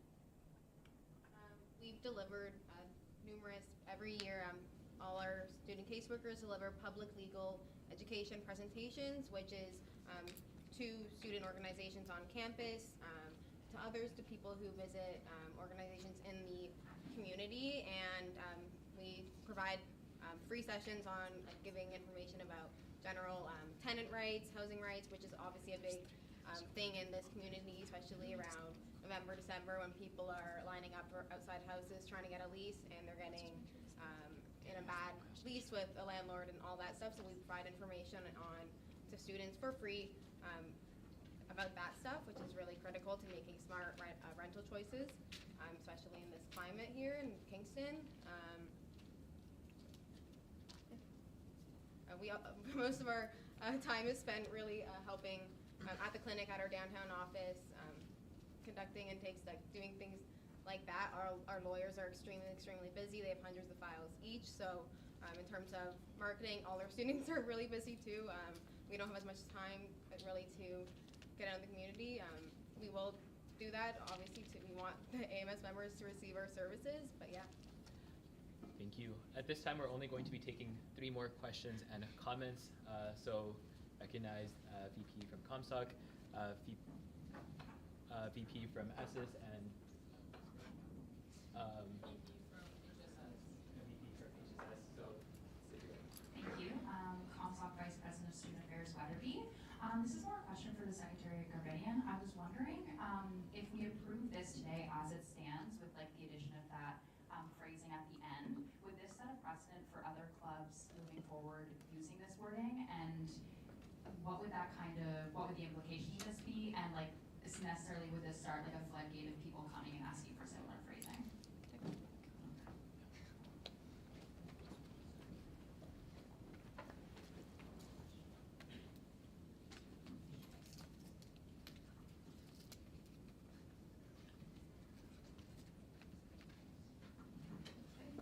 Thanks for the question. I do personally believe that would set a precedent, and groups would be coming forward to assembly in the future asking for similar exceptions to add to their question. In terms of other consequences or ways like we could hypothetically resolve this, like it could be clarified in policy that groups cannot do that, but just currently we operate on the precedent, like the question formulas we have been used since as far as 1989. I have found a ballot battle in my office.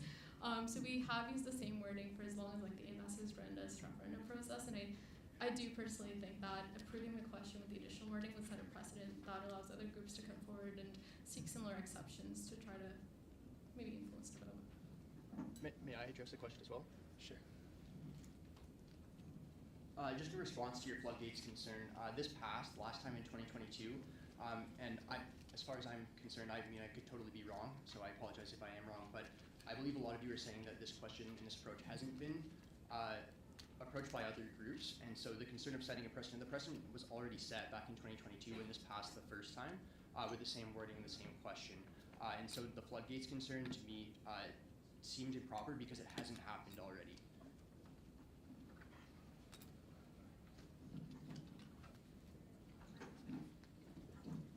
Thank you. I'll now be handing off the mic to Vice President. Thank you. I understand the concerns of this being unfair. I would kind of like to speak in favor of the motion. I've had many friends who have used Queen's Legal Aid, and it's got them out of a lot of bad situations, saved them tons of money. I almost look at it in a way of you're paying for this free legal service just as you would pay for the pencil or the healthcare plans. I unfortunately not allowed to vote on this motion, but if I could, I would vote in favor. I totally agree with it was used in the past, and that should be a precedent. And I think the fact that it had been used in the past can almost limit the opportunity for other groups to try to abuse what may get passed here in the future. So I'm fully in support.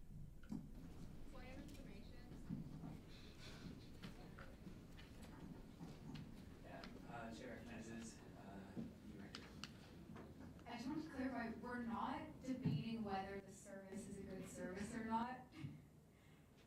So I just want that to be on the top of individuals' minds going into this decision. We maybe should bring up our guidelines.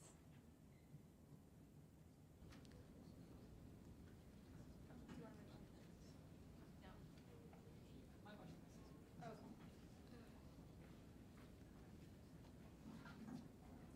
My question. Okay. Okay.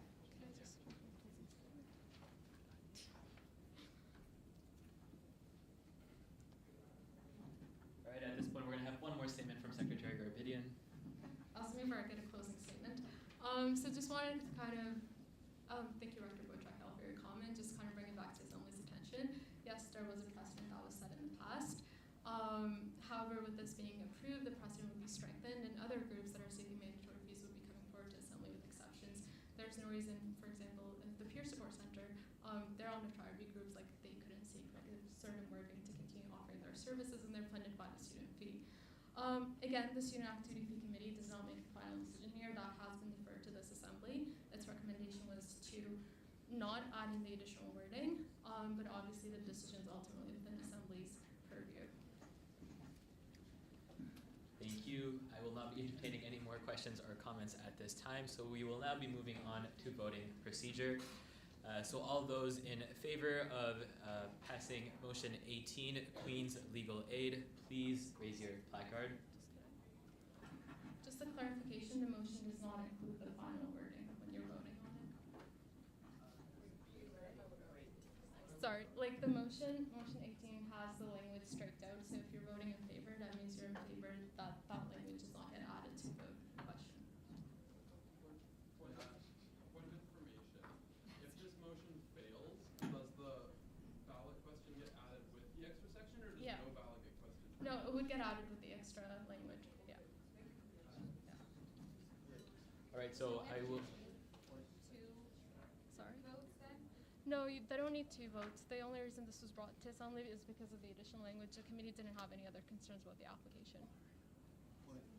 Point of information, does this not need to be ratified to go on the ballot? We need a vote to change, amend the question, and vote again to ratify it. Okay, so the question, so as I said, like not all trial review groups need approval from Assembly to go on the ballot. There's a list of 11 questions that you're not going to individually be voting on because the Student Activity Fee Review Committee does not have any concerns about their application. The groups that do need approval from Assembly are groups like if their mandate is changed, if there's been change in policy, or any of the other 4 grounds that were mentioned earlier. So with Queen's Legal Aid, there were no concerns that the committee wanted Assembly's approval on. The only question that was being put forward to Assembly is whether or not that last wording would be included on the ballot question. All right, we will now be moving into voting procedure again. So all those in favor, please raise your placard. All those opposed? All those who choose to abstain? This motion passes. All right, we will now be moving on to the next motion. Motion. Sorry, go back to the slide. Are you gonna read the motion? Motion 19. No, no. Just QEC. Okay, so for the motion number 19, I just want to give Assembly kind of why this group is required to come forward. So the ratification status of this group has changed since the time they were first added to the AMS fee slate. So for the staff policy, if a group's affiliation changes, they are required to seek Assembly's approval. So that's why the question is brought forward, but otherwise the committee did not have any concerns. All right, I'm just going to read out the motion for you guys. So motion 19, Queens Entrepreneurs Competition, moved by Secretary Garbidian, seconded by President Rocky. It is that the AMS Assembly approve the addition of the following question to the winter 2025 referendum ballot. Do you agree to the continuation of the Queens Entrepreneurs Competition fee of 50 cents subject to individual opt-out for the next 3 years? This fee was originally established in 2022 and last went to referendum in 2022, Appendix E4. We will now have the group speak on this motion. Thank you very much. Oh, numbers 13. Okay, so my name is Rachita, and I'm co-chair of the Queen's Entrepreneurs Competition alongside Chris Booker and Devanshi Panjana. Basically, it's one of the longest running and best known undergraduate business plan competitions in the world, as recognized by the New York Times roughly 8 to 9 years ago. Essentially, what is the QEC? Or, as I said, the biggest and longest running undergraduate startup competition in the world.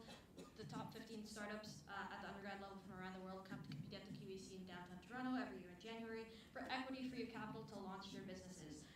We're one of the best known competitions running out of Queens. We're on we just finished our 37th year, now on our 38th.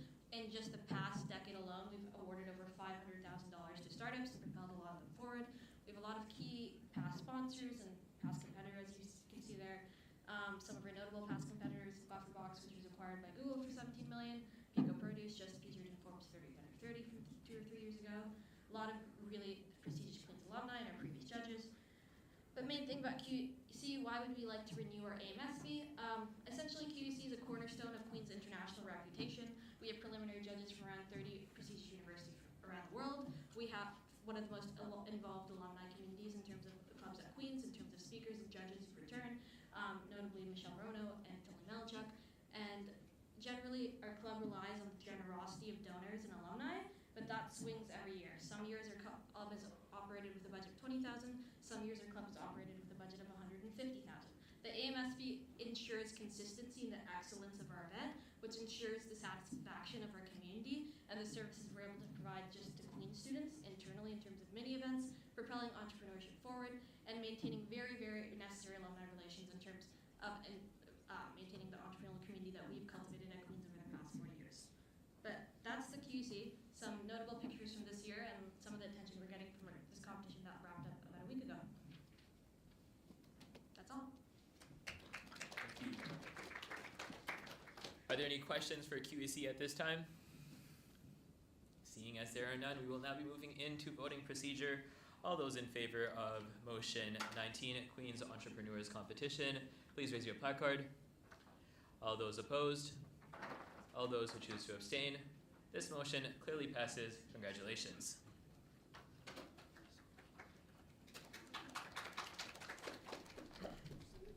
All right, we will now be moving on to motion 20, triennial questions, moved by Secretary Garbidian and seconded by President Rocky. And it is that AMS Assembly approve the addition of the remainder of the triennial review questions as shown in Appendix E5 and ratify the order in which triennial groups will appear on the winter 2025 referendum ballot as follows. Okay, so Appendix E5 has the budget briefs of the groups. Appendix A5 has the list of questions that would be added to the ballot. I'm just going to invite the Chief Governance Officer and the Speaker to help me out with this because there were a couple of groups that didn't have to get Assembly's approval. So I'm just going to read the names of the groups and let the Speaker pick their order and I'll make a note of it. So the first one is Jack.org.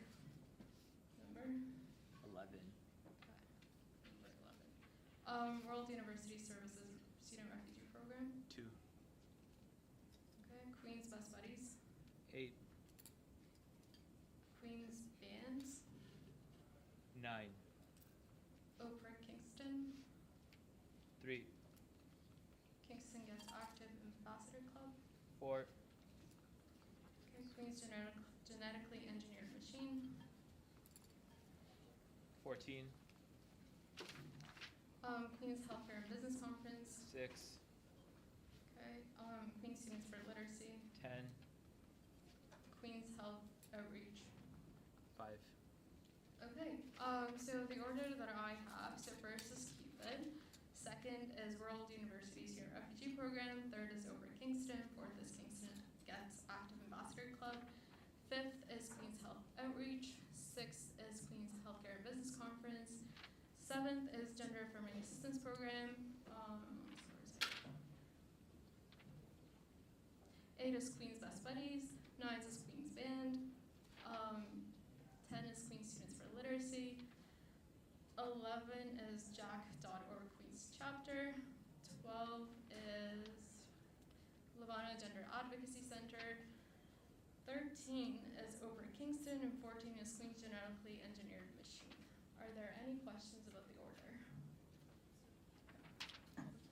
Alright, seeing as there are none, we will now be moving into voting procedure. All those in favor of motion 20 triennial questions, please raise your placard. All those opposed?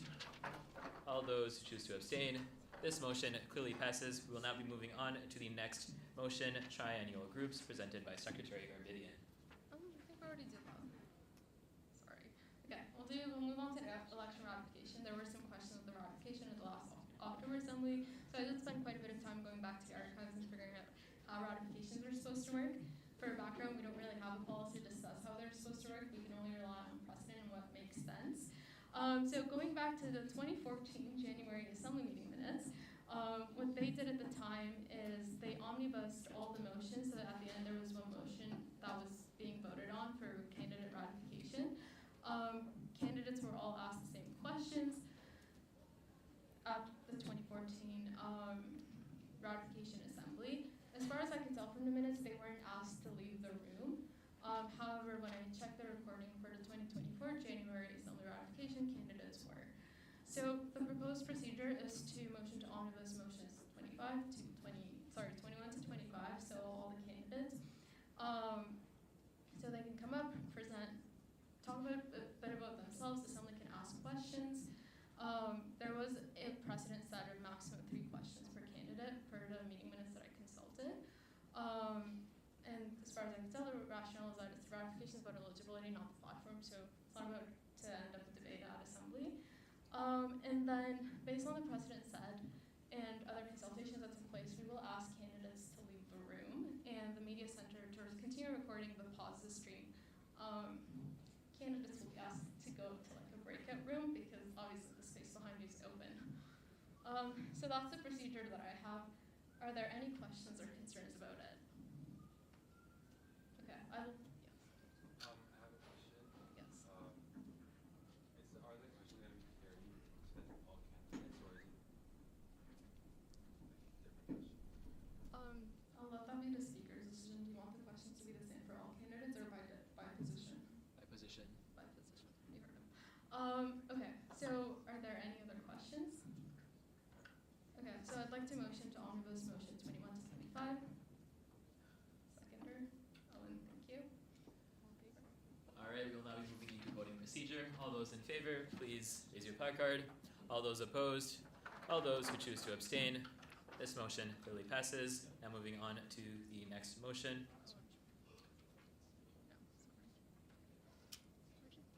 So this is the order they're going to appear in. They'll present it, and then we'll can ask questions.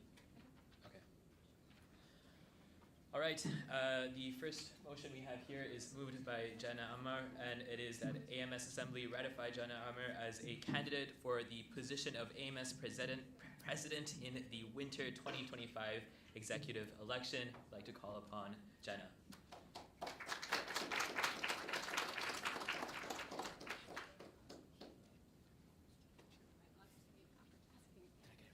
No. But it's okay.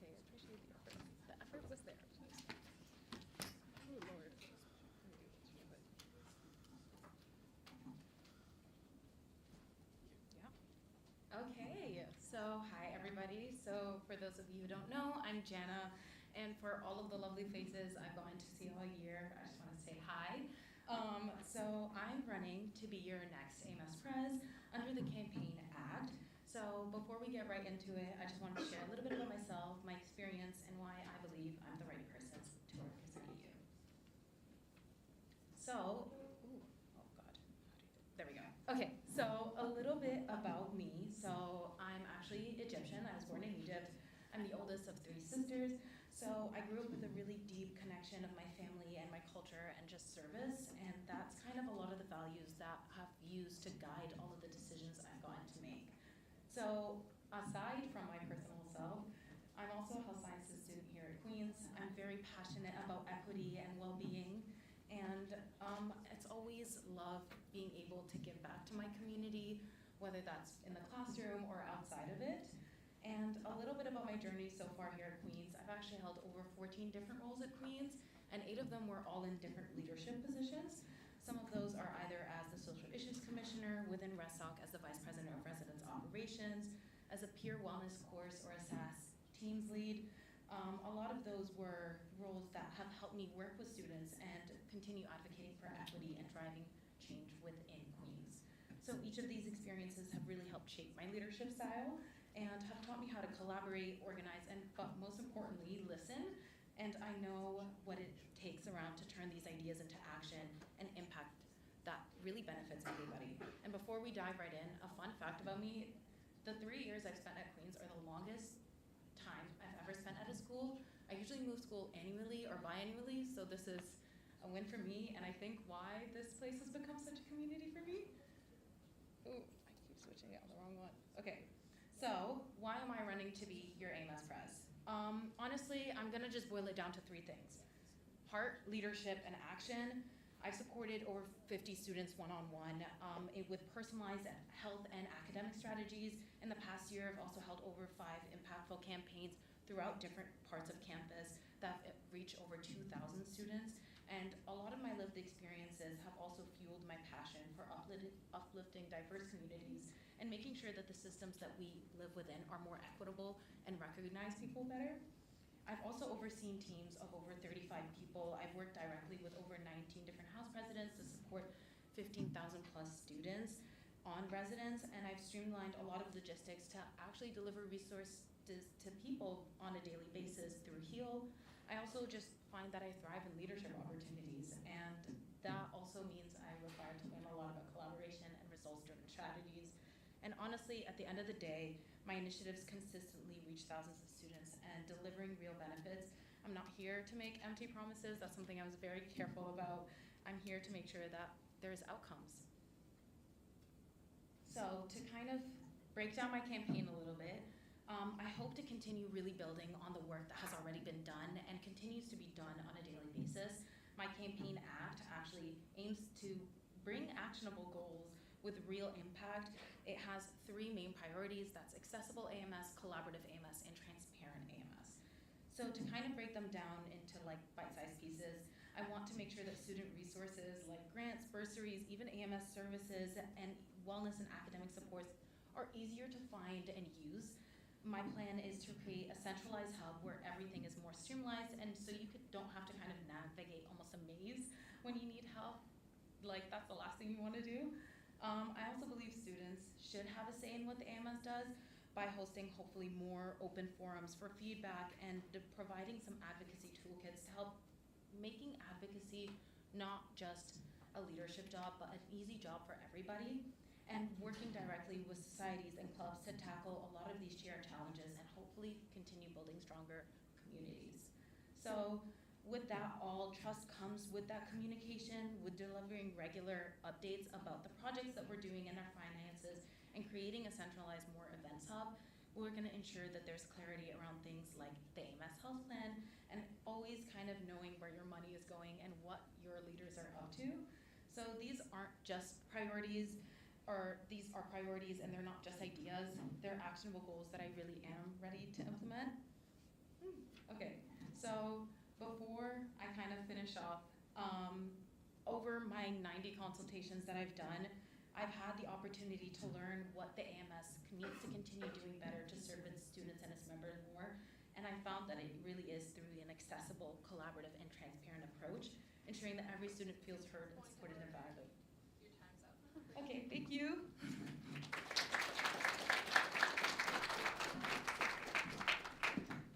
Thank you so much, Jana.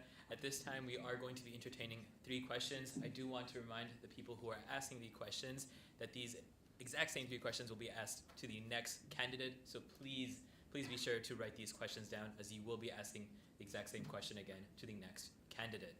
All right, all of those, everyone interested in asking a question, please raise your placard. Rector Nikki? Yeah.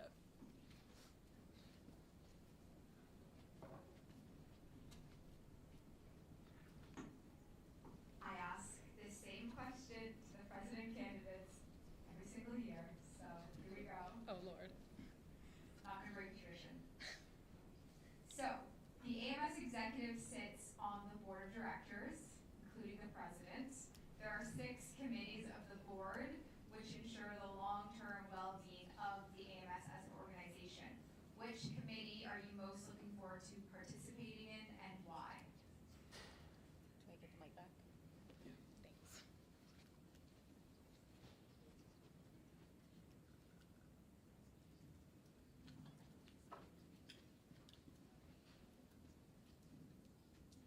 Thank you. Okay, so in terms of the committees that I'm most excited about, honestly, it would be the governance committee. Honestly, it's all about like the effectiveness and the accountability of the organization, and I think it's really important to ensure that the society part of the organization is connected to the to the corporation side, if I will, and ensuring that honestly also reflects deeply and resonates deeply with my campaign and a lot of the work that I wanted to do. Governance isn't just rules and processes, it's about making sure that everybody feels confident in the society that represents them, and I'm hoping to kind of sit on both and make sure that students are continually represented. Thank you. All right, the next question we'll be taking from NSS President.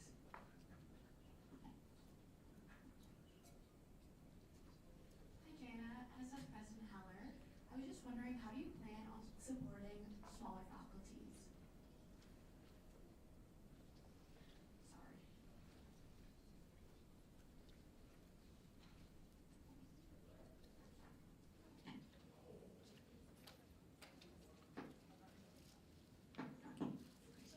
Hello. So when it comes in terms to our faculties, I've had this conversation with you, and I've had this conversation with a lot of people in this room.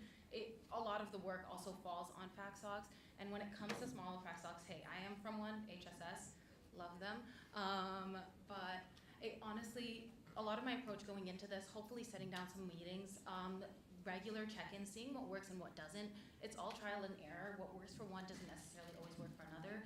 And being able to meet where they're at and hopefully support them that way is hopefully what I'm going to bring to the table. Thank you. All right, any other questions at this time? Recognize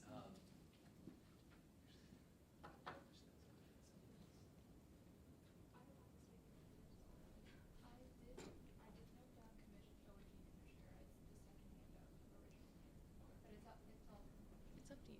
all right. At this time, recognize the ORT Commissioner.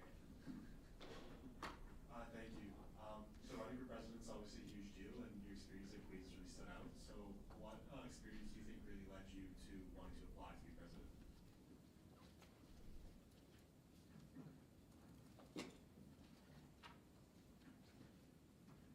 Honestly, enough, this is kind of like a 2-layered answer. It would be my work in the Social Issues Commission, obviously. Working internally at the AMS has allowed me to learn a lot and hopefully build some ideas from there. And funny enough, the pharmacy, I worked at the pharmacy that's in the Queen's Center in the ARC, and seeing the amount of students that were really confused about the fact that they had insurance really kind of shocked me, and they did not know any of that was actually planned or that they had a plan like that. And a lot of the times they'd be like, hey, I don't know if I have insurance, I don't know if I can pay this. I'll be like, please give me your student card. And most of the time I could bill it right through and they'd find it out. So I think kind of living that dual experience from outside of the AMS as inside of the AMS helped bring a lot of ideas into my head. Thank you so much for your presentation. Not going to be taking any more questions at this time. We will now be moving on to the next candidate for president, Nico Brassett.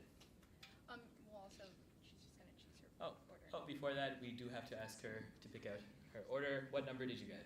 2. 2. Okay. All right. Now call upon Nico Brassett for AMS president candidate. Can I just confirm, how much minutes do we have? 5 minutes. Oh, I was told by Andrew that we had 2 minutes. Okay, that's fine. All right. Makes it easy for me.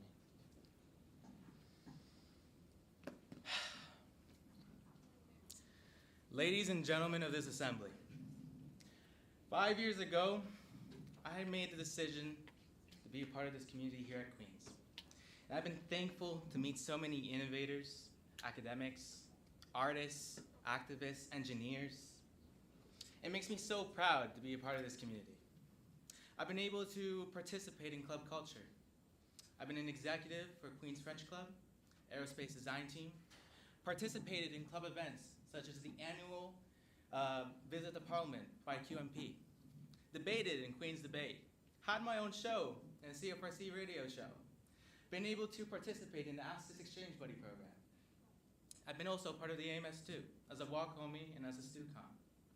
Been able to work on behalf of the Smith Engineering faculty and staff during my 16-month QUIP internship.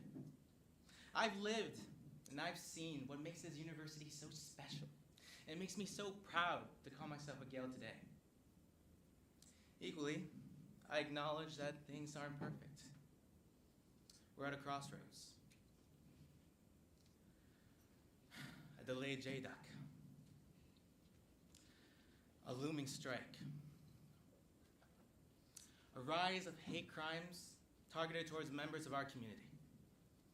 As student leaders, we bear the privilege and responsibility to represent students during these challenging times. And let me be honest with you guys. This is my last time. There is no next time after this. My pillars are sustainability, advocacy, engagement, communication. I believe we can engage and communicate with our students by getting more involved with first years and opening up more first year opportunities. I think we could advocate for students with the most challenging issues that we face today. I think we could be more sustainable by seriously looking into the environmental sustainability of this organization. Ladies and gentlemen, after long speculation and long hours speaking with many students and clubs that we all represent, I humbly present myself as a candidate for the presidency of the AMS. Thank you. Thank you, Nico. All right, at this time we are going to be taking 3 questions in the same order as before. The first question, I'm going to hand the mic off to our director to ask it again. The AMS executive, including the president, sits on the board of directors. There are 6 main committees of the board which ensure the long-term well-being of our organization. Which committee are you most looking forward to participating in and why?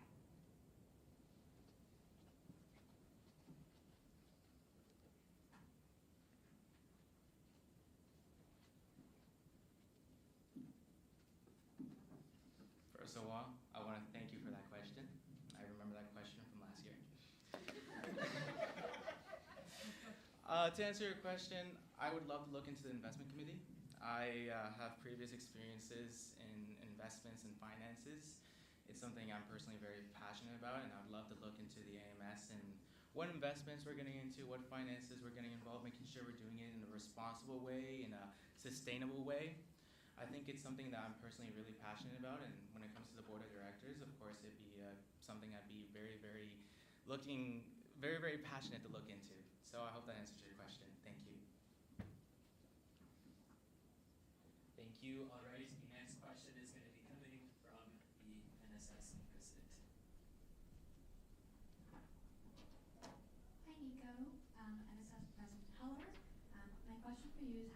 about supporting smaller faculties?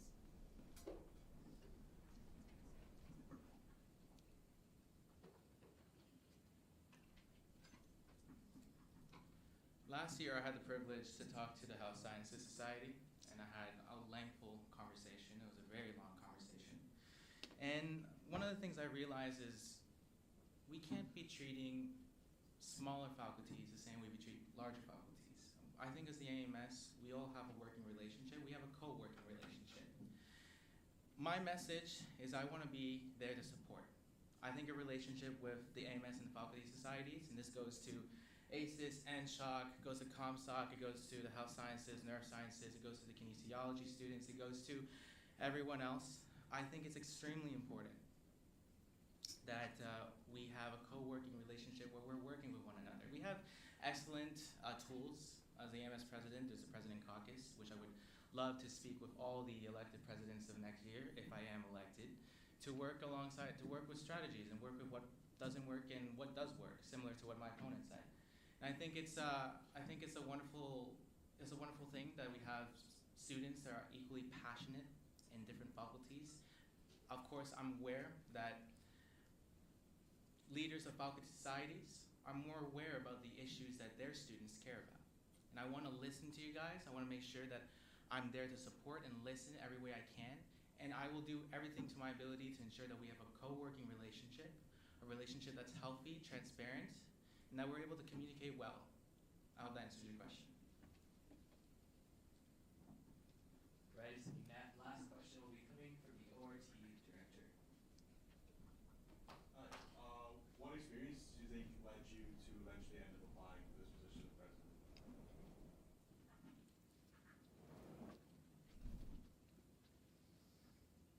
I'm very, very, very thankful for that question. To be honest with you, probably a year, 3 months ago, I didn't know what the AMS was. I really didn't know. What actually got myself involved into this student governments and student politics and student advocacy is actually my internship with Smith Engineering. It was the ability to work with faculty and staff and being able to be in that town hall summit with the provost when he was first made into his position.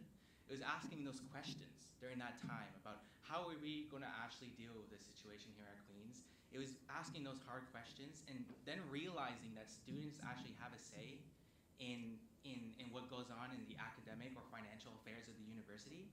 That got me so passionate. It got me so passionate to know that students actually have a say. I didn't know for 3 years, 4 years. I didn't know because, well, I don't know, but I didn't know for 4 years. And when I finally realized that students had power to be able to be part of those conversations, I got so passionate, been able to speak with so many students. And I had a conversation not too long ago. I was a part of the TEDx event this weekend, hence I'm a little tired, but I was speaking with so many students, and it's about, yes, there's students who at the end of the day don't care, but there's students who don't know, and I was one of them. Now that I know, I'm passionate and wanting to really, really make a difference for our university and the students that we represent. I hope that answers your question. Thank you. Thank you, Nico. Right, we'll now be moving on to the next speaker. Sorry about that. Right. Our next candidate is for VP UA, Alyssa Preza for VP UA, and I have her come and speak for a couple minutes.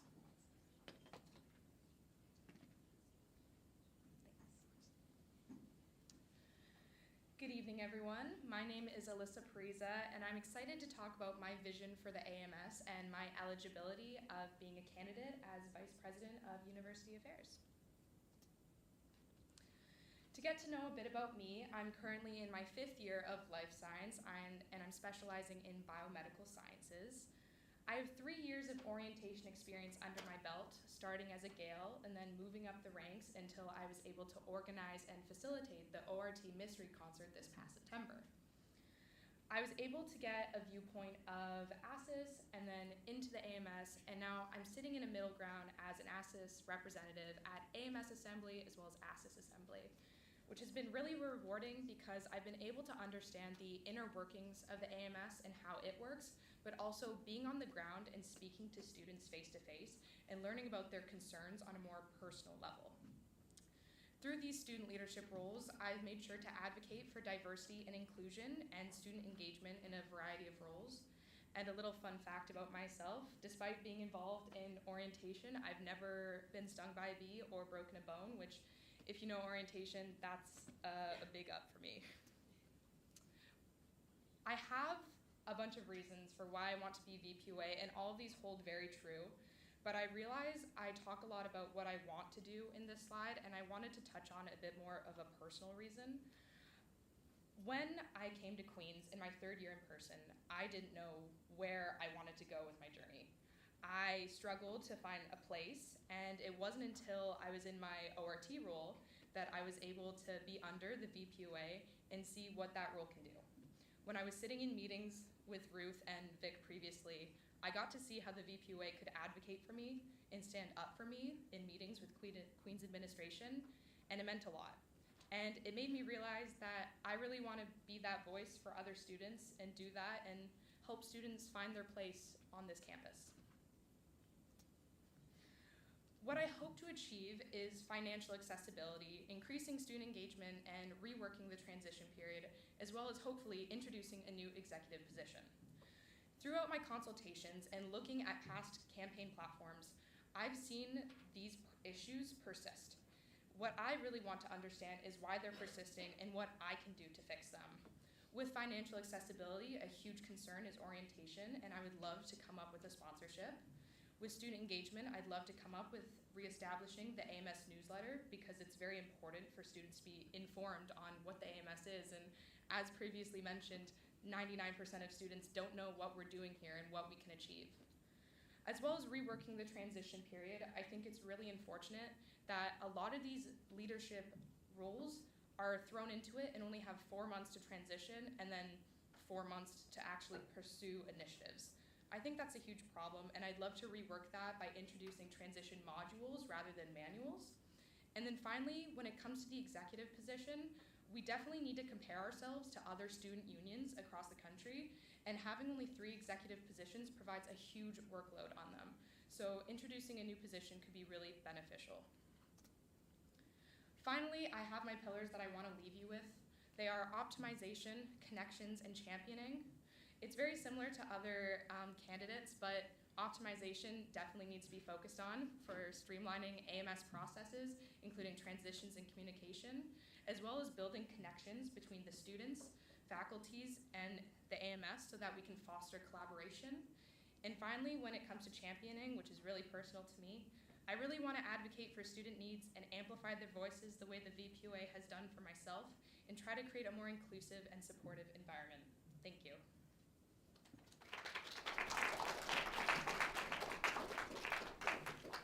Thank you, Alyssa.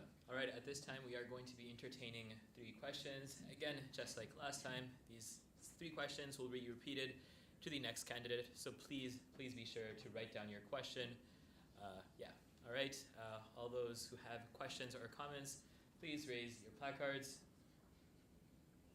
Recognize President Esses Cole-Elitis. What is one advocacy issue that you think is going to be prominent on campus that you would like to deal with as VPUA?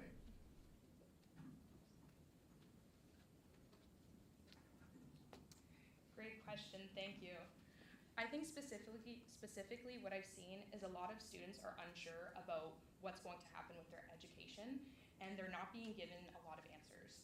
So what I really would like to do as VPUA is be a voice to help support them and give them updates on what's happening with their education. Even if we are unsure about it ourselves, it's voicing that. So that way they know that they're not alone and things aren't being dealt with behind closed doors. I really want to open up that communication so that when students are nervous about what's happening with their education, we can be there to support them.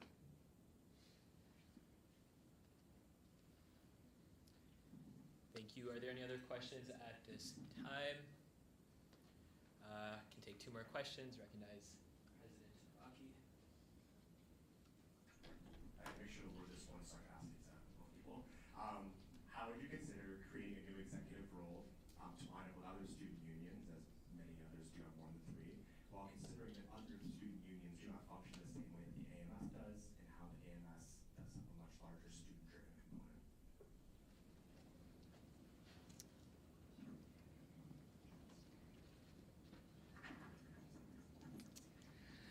So I understand that the AMS works differently to other student unions. How I would want to restructure it by introducing a new executive position is reworking the VPUA portfolio specifically.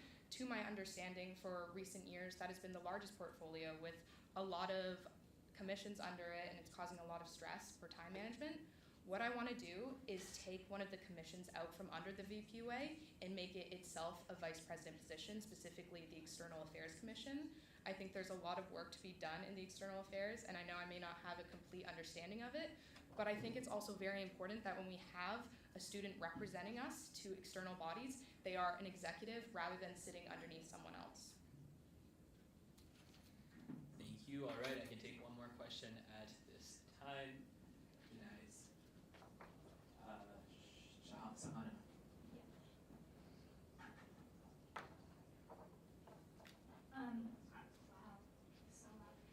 I wanted to touch on the point that you brought up about financial accessibility, especially related to orientation. I think that's super important. I was wondering if you could walk me through any potential sponsorships you have in mind, or how you would go about any financial accessibility programming.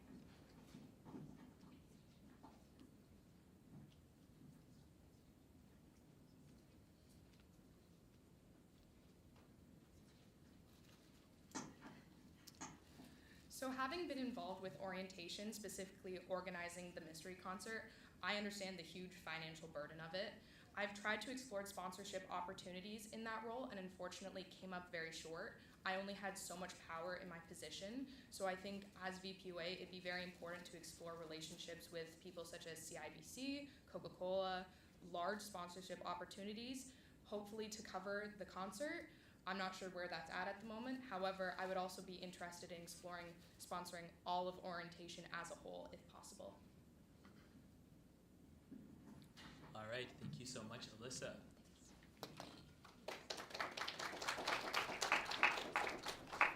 All right, we are now, her number is? 2. All right, we're gonna be moving on to our next candidate for VPUA, Drayden George. I'd like to call upon Drayden at this time.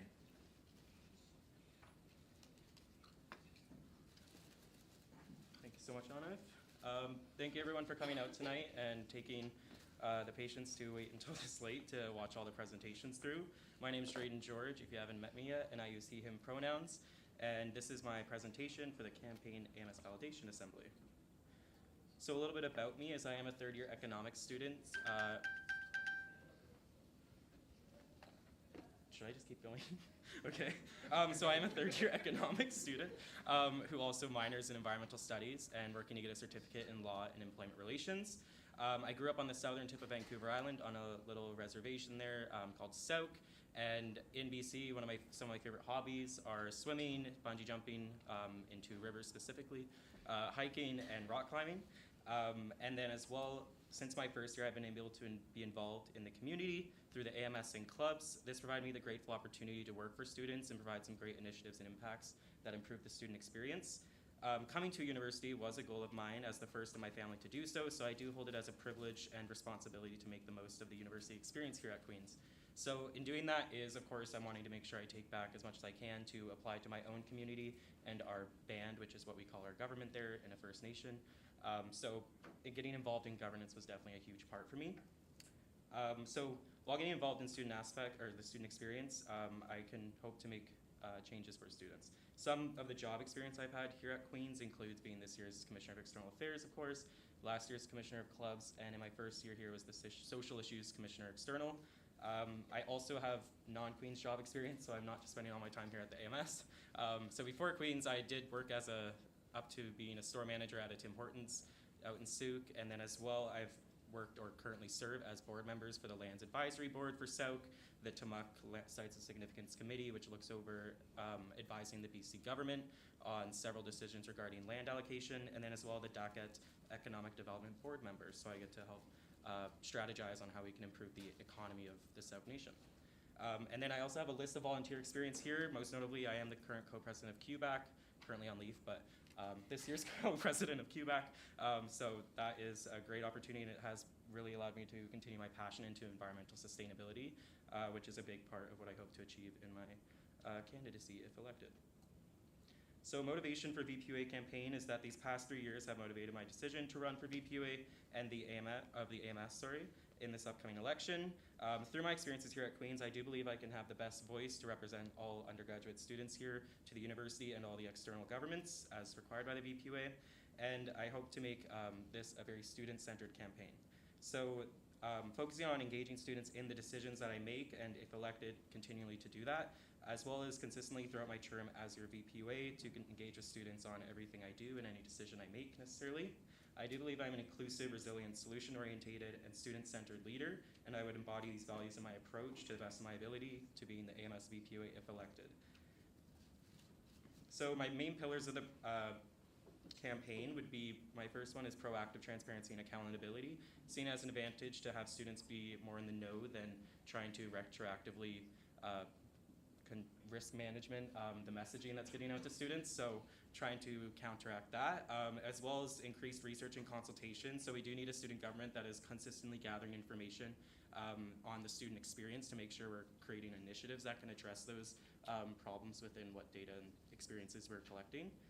As well as having an intersectional margin to center approach. Of course, I do think this is very crucial, especially with having the Social Issues Commissioner under the VPUA, to make sure that everything we do is keeping equity students at the forefront, to make sure to understand that benefiting marginalized students only benefits everyone.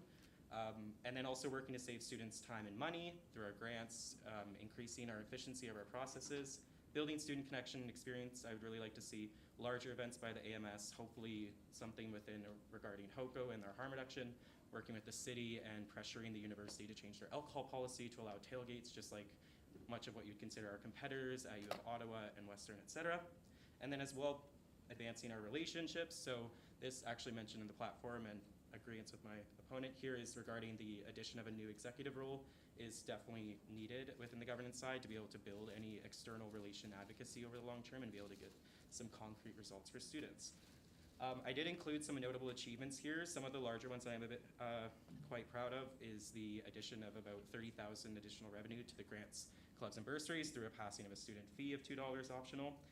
We also relaunched, or I got to relaunch the Housing Resource and Academic Affairs portfolio within the CEA this year, and I also had automated last year all the clubs commission processes, where at the end of the year we reported in the clubs data census an average of 3 days turnover time and a 5-day turnover time to process grants. And these are everyone consulting, and thank you everyone for helping me with consultations in this campaign, and of course my campaign team I'm more than grateful for, and thank you for giving me the opportunity to present to you.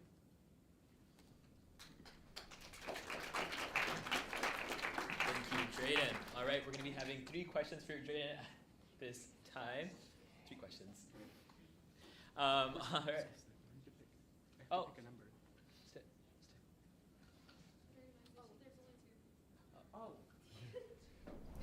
Oh, my gosh.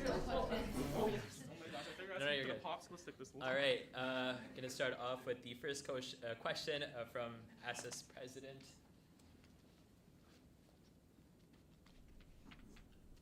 I also have a bit of information. How are the other questions that were very specific to Alyssa's platform going to be asked for Drayden?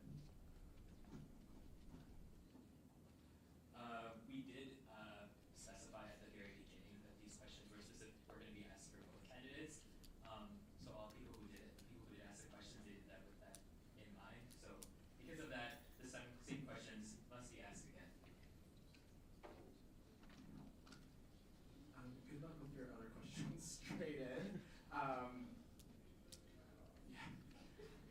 Okay, so my question, what was one advocacy effort that you think will continue into next year that you would like to take on as VPUA?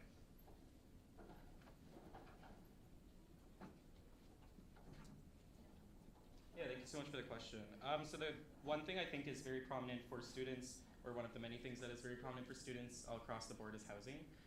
So the AMS oftentimes does get underserved in the abilities it could do within its external advocacy outside of the university, as the university has a lot less control regarding the development of housing, as into comparison of the city or provincial legislation, etc. So continuing to work with USA to make sure to pressure the provincial government, but also advocating to the city to have affordable housing built, purpose-built housing within the campus district. The VPUA does sit on the housing discussion working group, or the word I'm looking for? In lieu of them is the Commission of External Affairs. So the other thing I would want to do is to make sure to work with the university on actually pressuring them to have campus-built housing and more dormitories. Of course, we've seen with the decline in guarantees of residences is a huge concern as that bleeds over into the private market here in Queens, which ends up affecting a trickle-down effect across all students. So learning and seeing how we can advocate better for that, while also creating short-term solutions within the AMS, whether that's financial bursaries or better collaborating with the financial aid office to better have support through OSAP and et cetera.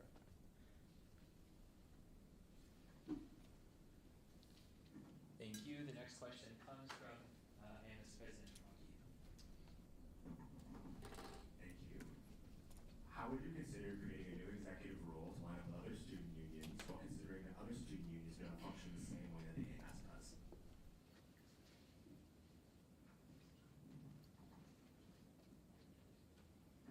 Yeah, thank you for the question.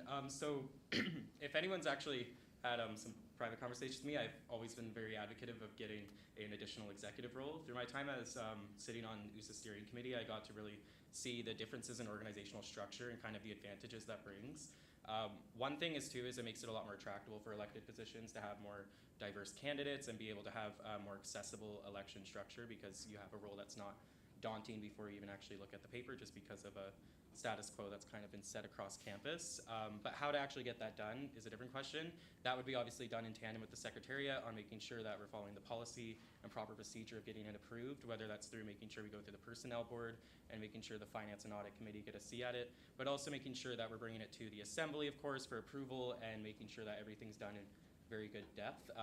Including in that is when you introduce a new position, a lot of things change, specifically our policies, how those are structured and how each commission is reported within our current policies and bylaws, sorry. And additionally, of course, our constitution, so it might require a special referendum or a special General Assembly motion. So that is how I achieved the process of getting that done. Now, how to assess that and make sure it best serves student is to make sure that while we're getting that done is to constantly consult with students through working groups, focus groups, and of course this assembly to see what they want to see a new position in an exec look like, specifically to identify specific gaps that could be used to be best served by the new position. Thank you. All right, our last question is going to be coming from ComSoc Representative Sahana.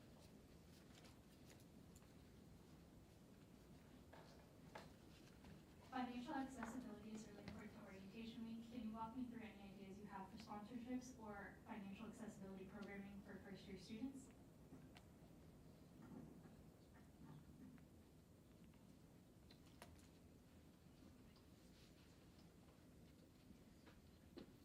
Yeah, so this is actually a huge passion of mine as an economics bias for my degree. Through the SIC, I was able to run a first-gen and BIPOC financial literacy workshop, which was one thing that we found great. We had a local Indigenous accountant, Mary Ann, come in, who is a Queen's alumni, and they got to explain investing, but taxes, as well as like different things with deductibles and stuff. But with regards to orientation and trying to improve financial accessibility there, of course, it's going to be looking at, is there any type of financial benefits that we can provide or leaf or aid that we could work on, but also working with, under the Commission of Campus Affairs, there's a sponsorship position that is dedicated to not orientation specifically, but also the Campus Affairs Commission. So utilizing the sponsorship assistant or AM to be able to work like what I did with last year with the Clubs Commission is to be able to have that do the same with ORT and groups and working with the BPA to achieve more sponsorships, but also possibly actually having more concerted efforts from the CAC as to being like a collaborative partner and trying to get more financial achievements, whether it's through sponsorships, grants, bursaries, etc.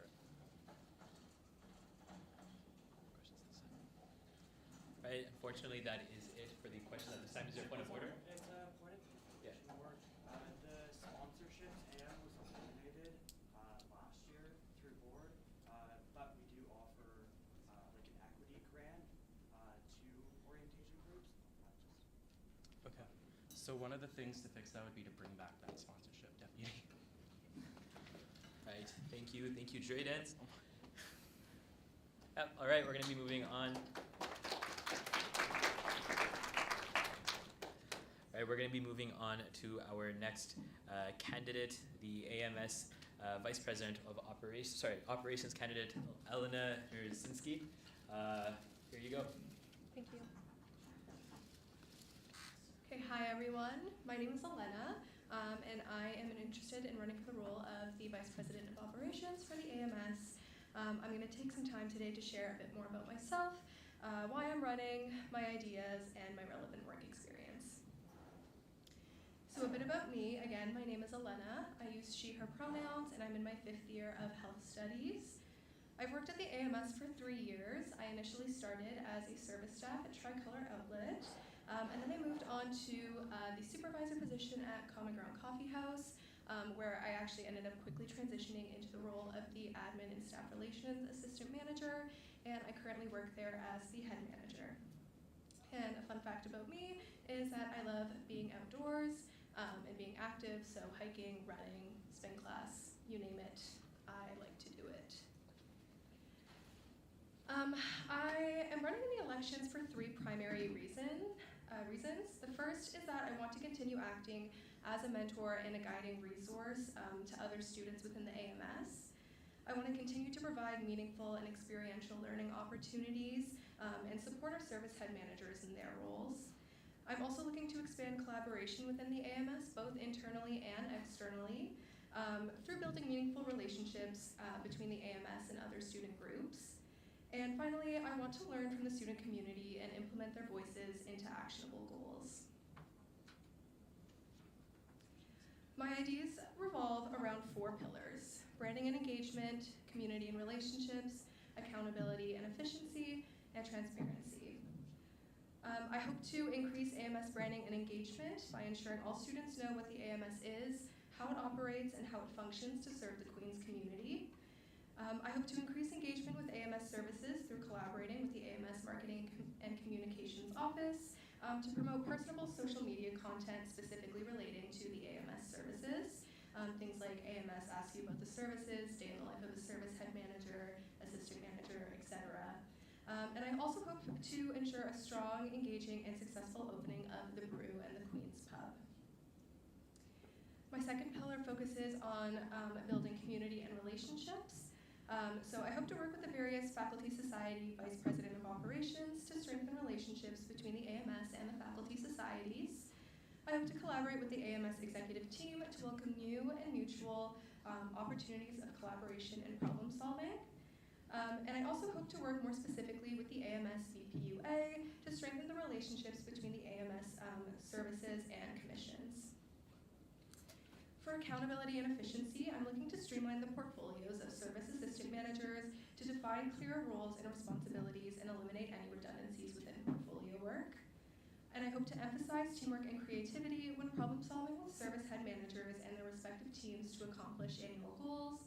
And finally, I would hope to set a 72-hour maximum response time for emails, Teams messages, and all communications channels to increase efficiency in communication and completion of projects. And finally, for transparency, I hope to provide easily accessible, understandable, and digestible information for students to read about the AMS operating budget. I hope to collect student feedback about student activity fees and listen to all concerns or insights that students have about how their student dollars are being spent. And I hope to work with the AMS executive team and the service head managers to account for any feedback that is received and implement this feedback into actionable goals. I strongly believe that the experience I've had working within the AMS for the past 3 years has provided me with the skills necessary to succeed in this role. I've had a hands-on learning opportunity at almost every level within the AMS, and I hope to use the experiences that I've had to coach and motivate future service head managers. My most current experience as the co-grow head manager has provided me with the in-depth skills of leading a service, motivating and managing a team, and collaborating with other student groups on campus. I have strong experience in building a budget and goal plan and marketing strategy, and I've worked this past year to coach and motivate a team of 4 assistant managers, 7 supervisors, and over 80 service staff to accomplish our annual goals. As a head manager, I'm always looking to support student groups where we can through collaboration with co-grow, the Commissioner of Environmental Sustainability, Housing Resource Center, Queens Relay for Life, and the Tea Room are just some of the student groups that I've had the pleasure of collaborating with this operational year. If elected, I will work towards increasing the accountability and student engagement in the AMS by working with the service head managers, the AMS executive team, and the broader student body through being action-oriented towards my ideas. I'm a passionate individual who strives to make the AMS a safe, engaging, and accessible space for all students on campus, and I want to thank you all so much for your time today.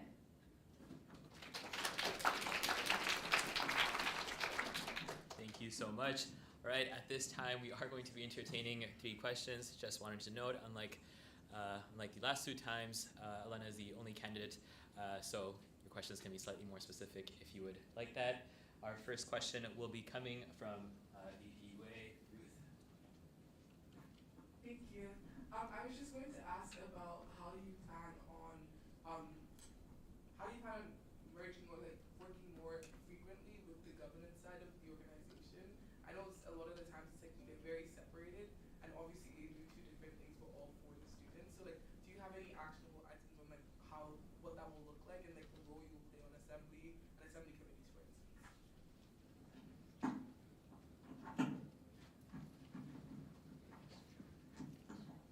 That's a fantastic question. I definitely think, like you said, there is a big emphasis on the services. That being said, I am excited about going to assembly and I think engaging a lot more in assembly, kind of maybe making my voice heard a bit more, and engaging with the people that are presenting at assembly. That's something that I'm really looking forward to in the next year should I be elected. Oh my goodness. Thank you. All right, 2 more questions, guys. Recognize Comstock Representative Naveed. Sorry, just want to give a quick shout out to the speaker. Thank you for reminding us about the questions are repeated. I learned that lesson the hard way a few months ago at assembly. But first off, I just want to say kudos to you. Your experience is fantastic. As someone who also deals in ops as well, ops is very interesting. I don't know, you never know what you're going to get. And things will always be coming on your radar. And sometimes a lot of things are unexpected. And so instead of asking you like a typical question, I want to, I don't know, see how you think on the spot. So this is kind of a funny behavioral one, but if you could be a fruit, which fruit would you be and why? There is no wrong answer.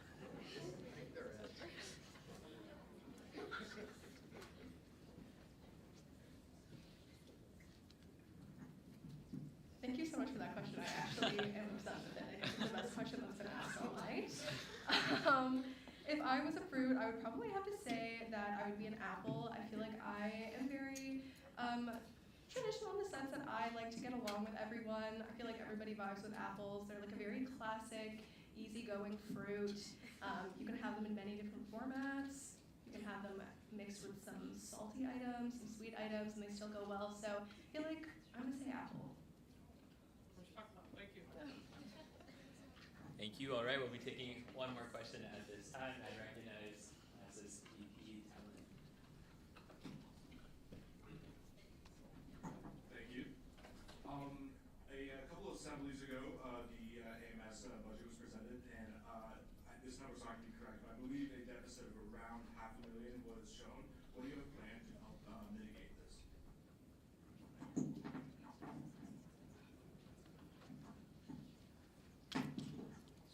Absolutely, I think that's a great question. I definitely think a large part of the operating budget does come from the JDUG not being open. Unfortunately, the news that we've just received recently doesn't help with that. Specific to the services, I think the Queen's Pub incurs a lot of that deficit, around $200,000. With that, it's very normal for services to incur debt prior to opening. You're running a cost and you're not generating any revenue. So I think the opening of the JDUG and the Queen's Pub and the root of all of that will help even out the deficit. I know that there's an overall like net zero between the services that are operating right now with those that have a deficit and those that are in a surplus.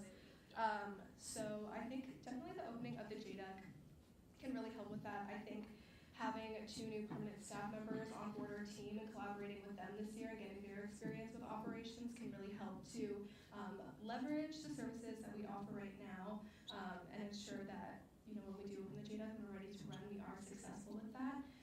So yeah. Thank you.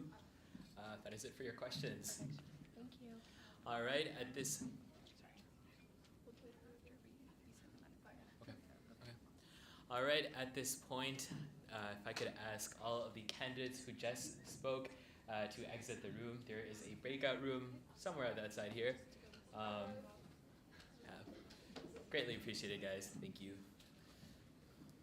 Everyone's out, right? I'm done. Okay, everyone. I'm done. Okay, everyone, if I could have your attention. Just before, there is a mistake in the order of the slides. So motion number 26 is the ratification of the executive candidate ballot. So the order that I currently have is for presidential candidates, it's Nicholas Barras Duke as number 1 and Jana number 2. For BPA candidates, it's Drayden Georges the first option on the ballot, and Alyssa Perez the second one. And for VP office, the vote of confidence for Alina. Are there any questions with the order of the ballot? No? Okay. All right, seeing that there are no questions, all those in favor, please use your placard. All those opposed, all those who choose to abstain, this motion clearly passes. Clarification? Yeah, so good luck to This one? Right. We will be moving on to the next motion, motion 27, club. Oh. Point of information, Point Mr. of, Speaker. yeah. Given that we're approaching 10 o'clock, can I move that we extend assembly by at least half an hour so we don't have to interrupt ourselves in debate? So we can motion draw because we're not there yet. We still have 10 minutes in the Up Yeah. to your discussion, Mr. Speaker. The policy doesn't specify when it has to be. Or if you want a motion to extend it with the understanding that it starts at 10. Yeah, I'm good with it just like voting on it right now. So everyone good, or all those in, sorry, is there a seconder? We got a seconder. All right, all those in favor of extending by 30 minutes past 10 p.m. All those opposed? All those who choose to abstain? This motion clearly passes. Right, we will be moving on to motion 27, club ratification, moved by Sahadeo and seconded by Asande. And it is that AMS Assembly ratify the remaining new clubs for the fall 2024 ratification period as shown in Appendix F1. Is there anyone who wishes to speak on this motion at this time? Vice President Asande. Okay, so unfortunately, Commissioner Zenelio couldn't be here with us today. She is ill. But these are for the remaining clubs that were left off the fall version of ratification. But yeah, this is just to finish the ratification process. They already have access to all of the stuff they needed to be ratified. It's just that it wasn't officially done by Assembly. Right, any other questions at this time? Seeing as there are none, we'll be voting on this motion. All those in favor, is your placard. All those opposed? All those who choose to abstain. This motion clearly passes. Right, we're going to be moving on to the next motion, motion 28, Assembly Committees, moved by Secretary Garbidian and seconded by President Rocky, and it is oops. So mic still work? Yeah, okay. That AMS Assembly ratify appointments made by the Assembly Nominating Committee as shown in Appendix A1. Secretary Garbidian. Okay, thank you. So just for background again, for if anyone's unfamiliar, the Assembly Nominating Committee is responsible to appoint people to committees of the AMS Assembly. I did update the AMS website with a list of the current committees we have standing in ad hoc. Applications were open in early January. The committee met, I think, last week to make appointments based on the applications. There was an increased number of applications that were made to the committee, but unfortunately not sufficient to fill all the seats that we have. So just a couple of stats about engagement that we've had with the committees. This is from the disbanded committees since December. So what I have on there is the number of committees each faculty society was involved in and the number of unique representatives. So for example, for ASUS, there were 3 members that were engaged with committees. 3 members, but they had 4 representation, meaning 2 of them were sitting on the same committee. So that's the stats from the committees that have been disbanded.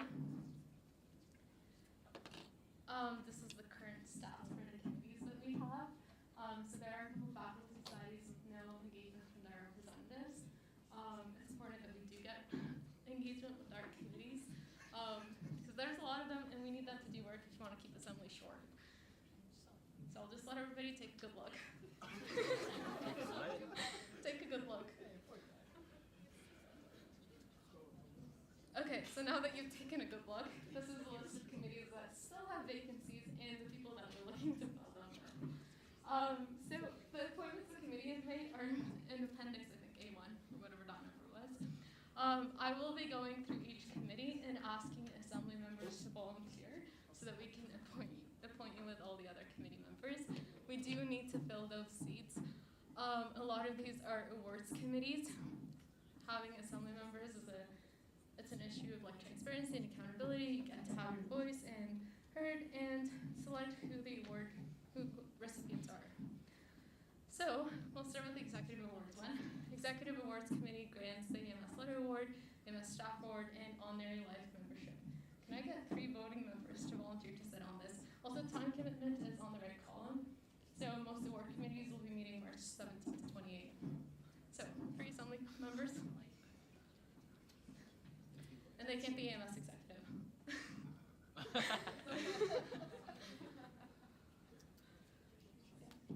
Silas?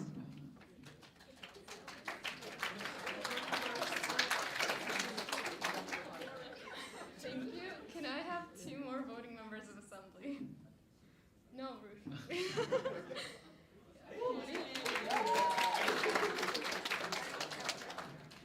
Can I have 1 more? Oh, Butterby? Yes. Okay, we'll move on to the Student Appreciation Awards Committee. So this one administers a peer support award and 4 AMS volunteer awards.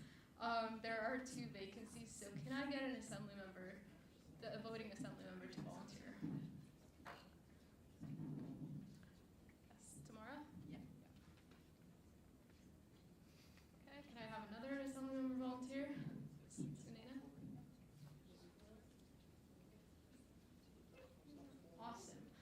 So we'll move on to the Civic Responsibility Awards Committee. So this one only has 1 award that it administers, the Civic Responsibility Award. This committee has 3 vacancies. So can I get 3 members of assembly to volunteer? Okay, we got all content there. Awesome. So we'll move on to the Club Awards Selection Committee. So it does have similar composition to the Ratification Ad Hoc Committee, so the members were automatically appointed to it. Can I have 1 voting member volunteer to sit on this committee? Thank you, Jack.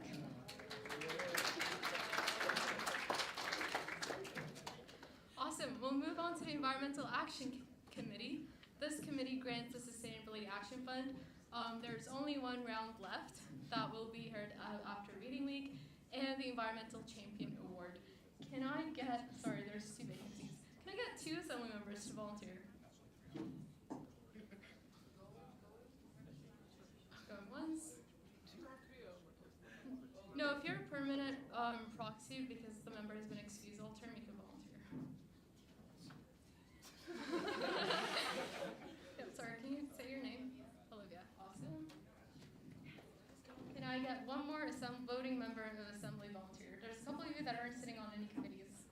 I won't say names, but.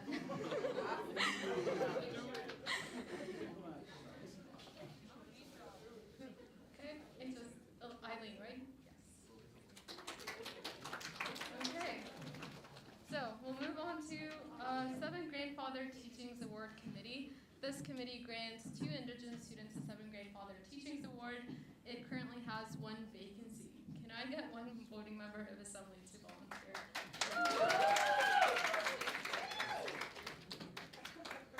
Awesome. Yes.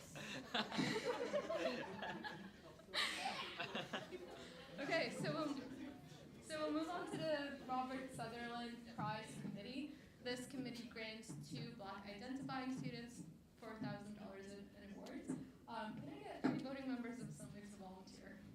Nikki and Sophie. Yeah. Can I get 1 more? Sorry, what was your name?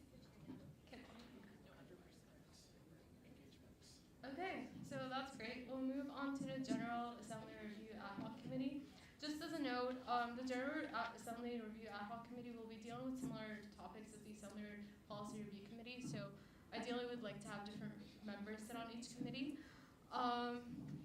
This committee has a vacancy of 1 voting member of Assembly. Can I get a volunteer? I would do it if I could vote.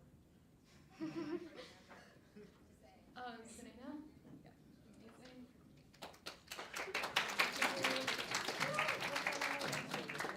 Okay, and then the committee also has a vacancy for a member of the AMS Board of Directors. Alex, yes. Okay, awesome. The committee has also 2 spaces for members at large. Would any member at large in this room today would like to volunteer to sit on this committee? Okay, okay, does anyone else? Yusuf. Sorry, it took me a while to remember. Okay, are we through? Oh, we're through. Okay, so does everyone know which committees you're sitting on?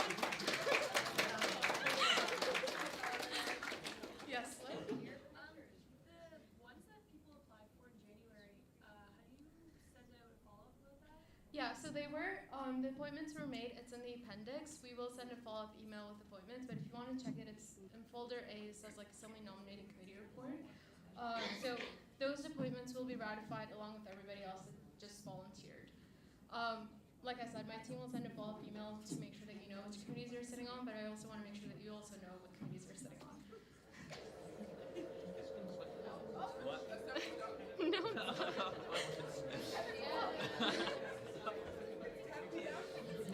Okay. Oh, this whole thing should. Is that off? Yeah, it is. Well, you can call the questions. All right, we're going to be calling to question. All those in favor, please raise your placard. All those in favor, please raise your placard. Sorry, of what? Favor of appointing all of these people to these committees. Yeah, my bad. All good. Okay, all those opposed? All those who choose to abstain. This motion clearly passes. We did it! Is it this one? Oh, yeah. Is that the right one? Motion Oh, 30. yeah. Is that the next one? No, where's the special referendum? Oh, I think did I move it? No, it just gets disconnected. Did I forget to make a select it? Also, it is not plugged in. Oh. Sorry. How do you? You're still sharing. No.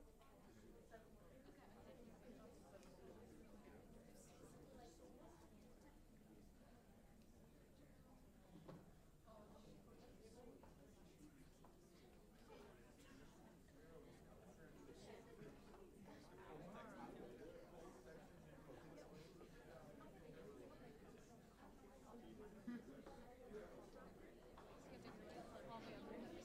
Are you speaking for this one? Yeah. All right, guys. Motion 30, seating allocations. This motion was moved by Secretary Garbidian and seconded by President Rocky. That is that the AMS Assembly ratify the decision of the AMS Secretariat under Section 513 of the AMS Constitution as it pertains to Assembly allocations for the 2025-2026 academic year. Appendix A3, Secretary Garbidian. Okay, thank you. So I'll start by giving a brief rundown of the issue we faced and why this decision is coming forward to the AMS Assembly.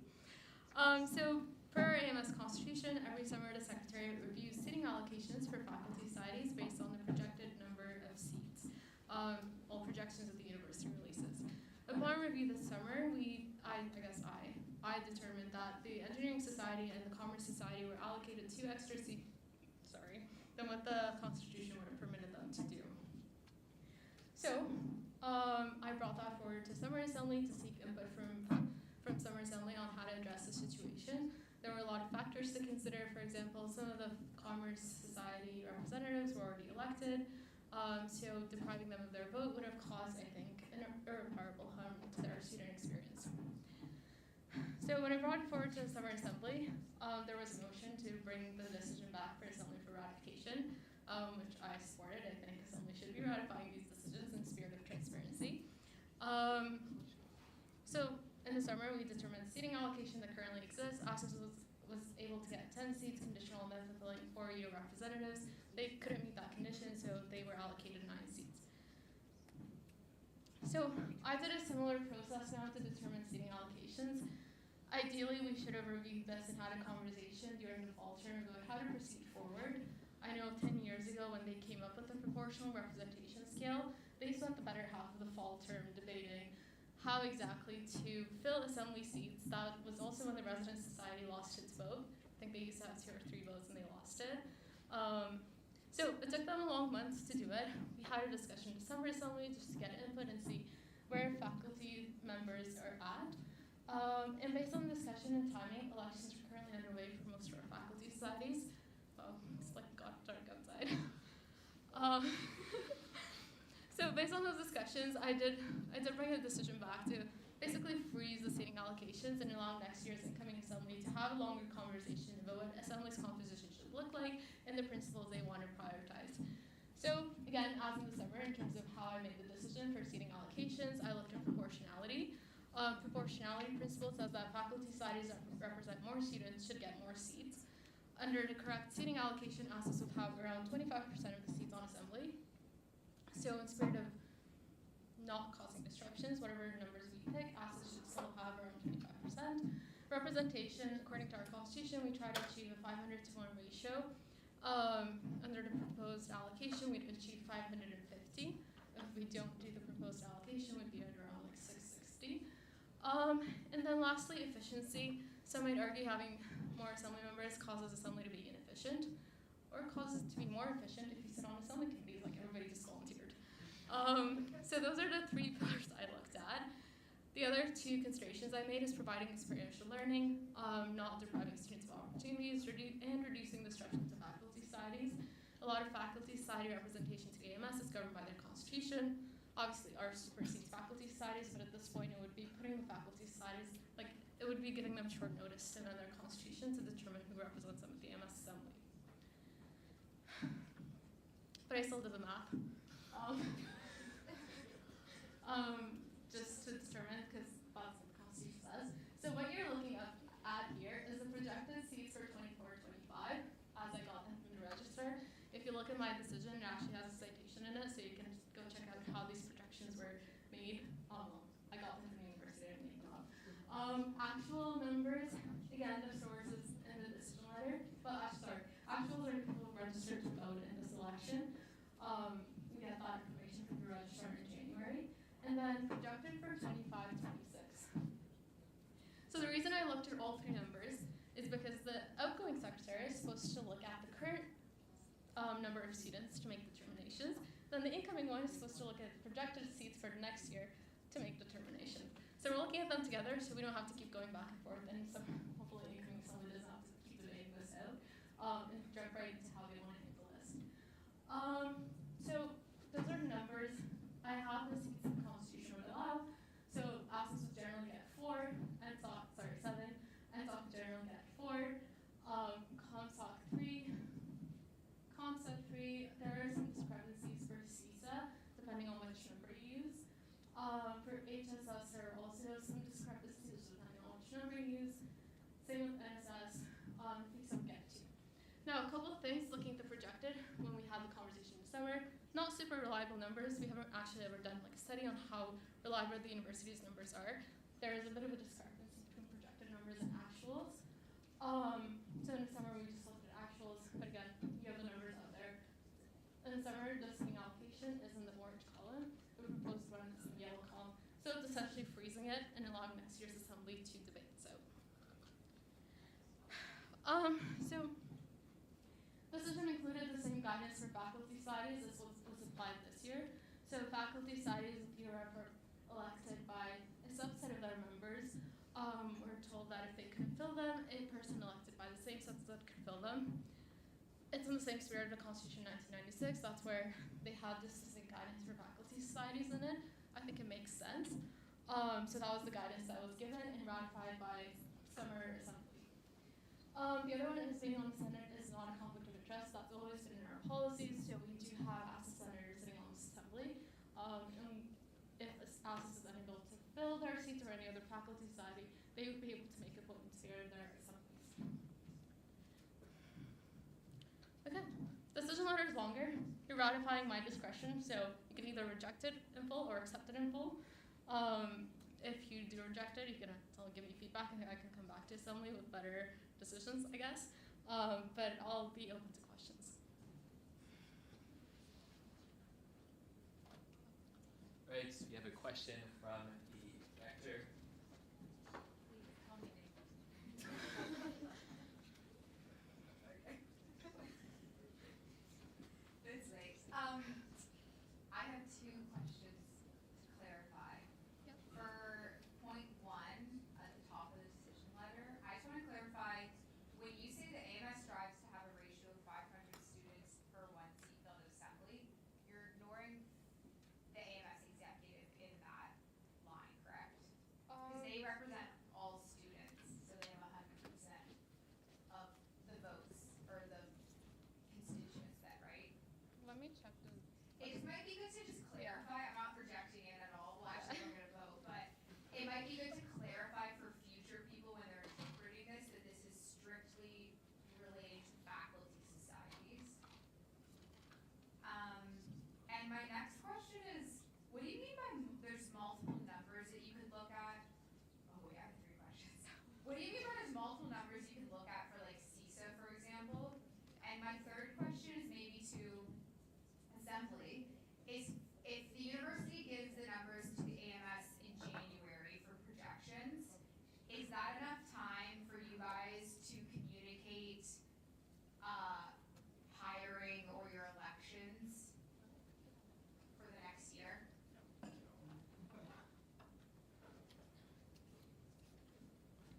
I can probably answer all 3.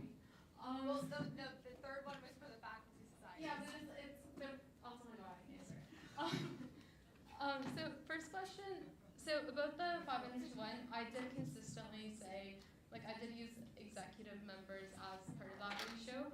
That was my understanding, but we can certainly clarify that in the policy if that's the interpretation that for everybody else. In terms of the numbers, so actually if you look at the Constitution, these seating allocations are supposed to be determined at the end of the winter term. So the fact that this decision is coming forward to assembly in January is already moving ahead of that to give faculty societies time to make decisions on hiring and seats that they need. The Constitution, I think its timelines don't make sense, admittedly, to make this work. Like if we're determining seating allocations at the end of winter, elections have already happened. So if a faculty society is going to get an extra seat, elections are already concluded. They either have to run a special election and it's going to cause a lot of issues for them. So just like the fact that the Constitution says this at the end of the winter term already to me doesn't make too much sense for faculty societies, which is why this is being brought forward. We need to deal with this before elections, not afterwards, which is also kind of similar to the issue we dealt with over in the summer. In terms of different numbers that you look at, so if you look at the CISA numbers, so the projected numbers for 24-25 were 825 students. So if the Constitution was followed in the summer and CISA was allocated seats based on the projected numbers, we would have had to give them 2 seats based on a projected 825.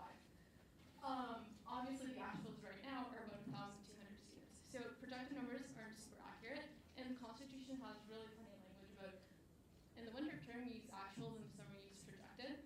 So that's what I meant with different numbers. Personally, I think the entire section needs to be reviewed. There needs to be better timelines to give faculty societies a heads up on how many seats that they get. I think there needs to be a study that's done to assess how reliable the university's projections are. Because again, you can see they projected 825 according to their report, but we actually have 1,200. Yeah, does that answer your question? Any other questions at this time? Recognize.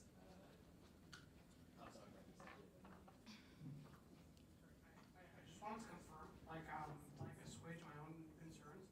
So it's being paused for 2 years, right? Is that It's being paused for 25-26. so for 1 year? Yeah. And then it would be completely at the discretion of next year's. Okay. Fantastic. Thank you.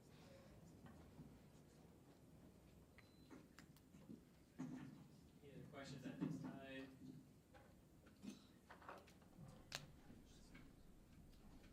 Senate Caucus Chair Baylog. Where'd you get these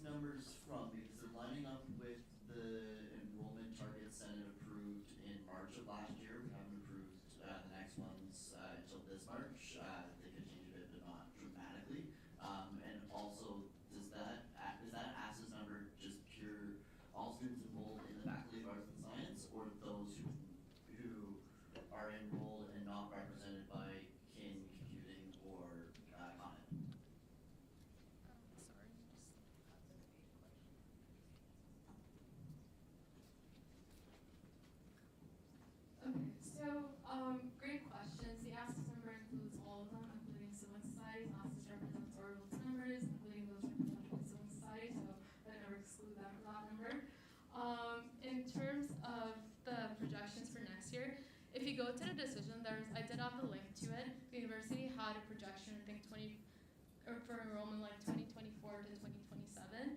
And then there was one for 2023 to 2026. That's the Senate approved ones, yeah. Yeah, so that's where I got the numbers from. They had a column for 25, 26. I did, just for accuracy, I compared the column they had for 24, 25 with another report the registrar's office releases at the around this time of the year, and they're usually matching up. So yeah, I use the Senate more or less. Point of information, what the registrar's issuing now is the November count, which is what we use for provincial funding. So they do, if you look at their report, and again, they're all linked, I think they updated near the end of the term. Again, I don't know how they work, but it's like the reports that I looked at had projected numbers for like the subsequent year and actuals for the current year. And the projected numbers they usually had for the subsequent year aligned with the reports of the Senate. So I did kind of cross-check the two. Does that answer? Yeah. Any other questions?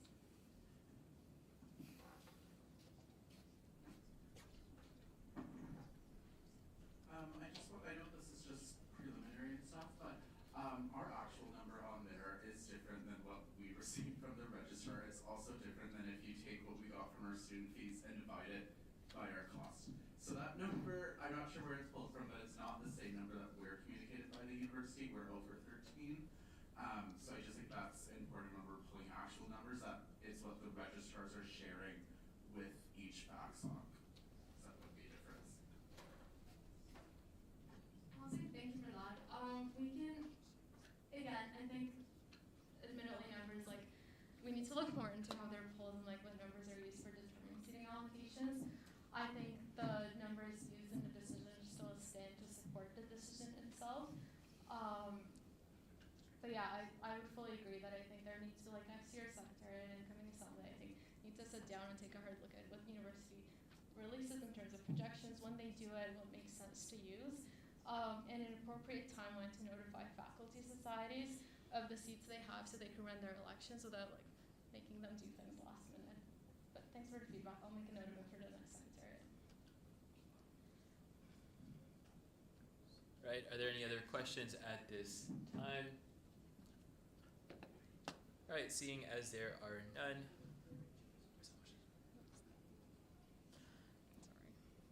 We will be voting on motion 30, seating allocations. All those in favor, please raise your placard. All those opposed, all those who choose to abstain. This motion clearly passes.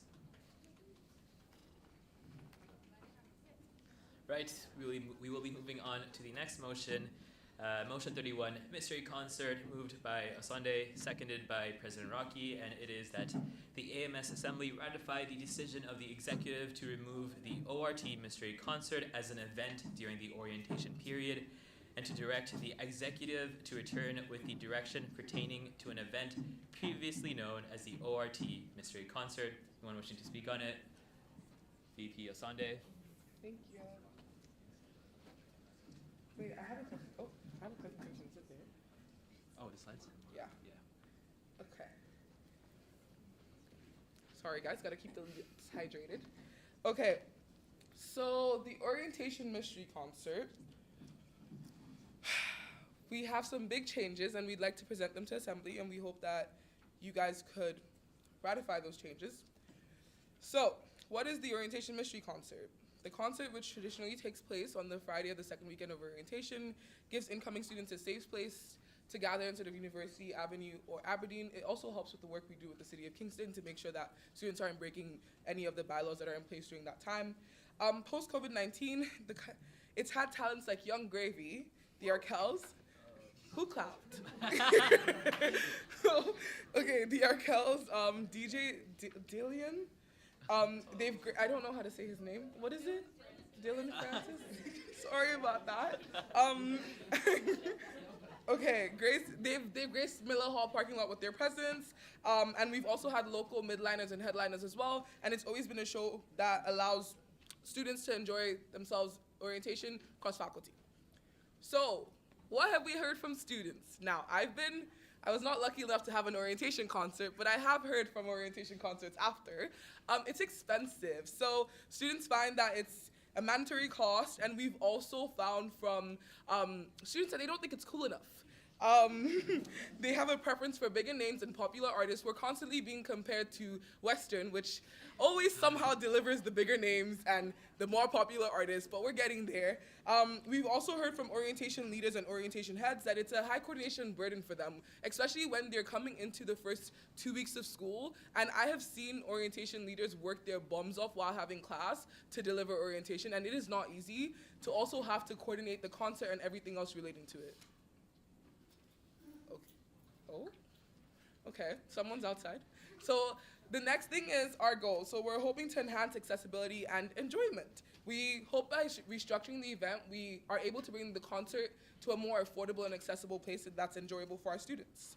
So the survey, we did have a survey released because when we first started asking questions about the concert, we wanted to know more of what students thought about it, and so we did release a survey with support from the president and his market research portfolio. So future recommendations, so 60.85 respondents stated that they were likely or very likely to recommend attending the concert to future first-year students. We also had 62.15 of them agree that the performer significantly influenced their concert experience, with the headliner identified as the most impactful element. Improvement. So we had them express a desire for better known performance, and 81% are willing to pay higher orientation fees for improved headliners. You asked and we listened. So by changing the structure of the event, we aim to make this concert more accessible and also enjoyable for students. We're hoping that we can restructure the event to, like I already said, make it nicer. We are hoping to also move the timing of the event. So right now, it's positioned, like I said, in the second week, or the Friday of the second week of orientation. We're hoping to move it out of that time to allow our busy leaders to recuperate and actually breathe. And also the students too, they're overwhelmed. A lot's going on at that time as well. There's a lot being thrown at them. They're in Kingston for the first time. Some love it, some don't. But either way, they're struggling to be here, and we hope that by moving this event, we're able to support them better. What would happen with the concert? So right now, we're hoping that we can work and make the concert independent of the faculty societies, because again, there is a lot of financial burden that's placed on the faculty societies when they're placing these fees on their mandatory slates. From the feedback that we heard from speaking to presidents and faculty presidents alike, that was something that they didn't want anymore. And then we also have our next steps. So we started ongoing discussions about this. I've started conversations with Western's VP of Student Life, and I've also had some conversations, and Owen and I have also had the pleasure of talking with McMaster as well, to talk a little bit more about how they have their larger homecoming events and also just larger events in general and how they're able to support it, / the cost of this as well. We have timing and location as something that we're potentially looking at. Ideally, we'd love to have it at Richardson, or we'd love to have it at Slush Puppy Place. Slush Puppy Place. And we're just trying to see what works best for cost and everything else.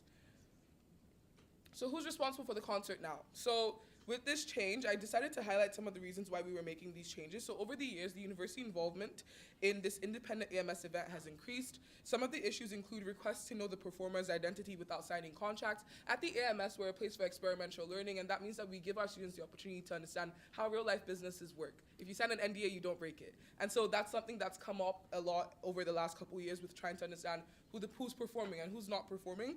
We'd like to avoid that. We also have had stakeholder meetings not always be a conducive place for leaders. VP candidate and AMS ASUS representative talked about that today as well. Those spaces are not always the best for our students, and we want to mitigate that by reducing the university involvement in that as well. We're also hoping to have a new approach. We would like to shift the concert onto the campus affairs portfolio and have it be managed as an AM, moving it from the orientation portfolio into the AM, so it's more or less seen as a larger event, and that way we can bring back that student life piece that President Rocky is always talking about to campus. Our vision, as we already discussed, is ways to improve campus life. We aim for large-scale events that bring back the fun to campus. Queens is known for being a social place, and we are constantly comparing ourselves to Western and other universities, but we don't really have the cake to match our birthday. Okay, what does this mean?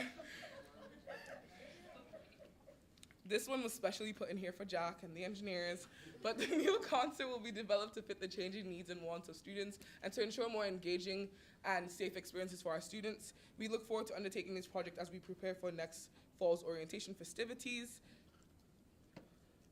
Thanks. Any questions? I welcome all of them.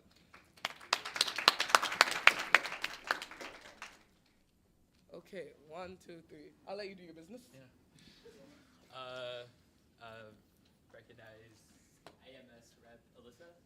I'm curious how other schools like McMaster and Western, what do they do in order to get the fees to be able to run the concert, whether that's selling tickets or it's a mandatory fee? Can you explain that? So I will say that other schools, they got money. Like, they have money. Like, they have that amount of money that's allocated to this already.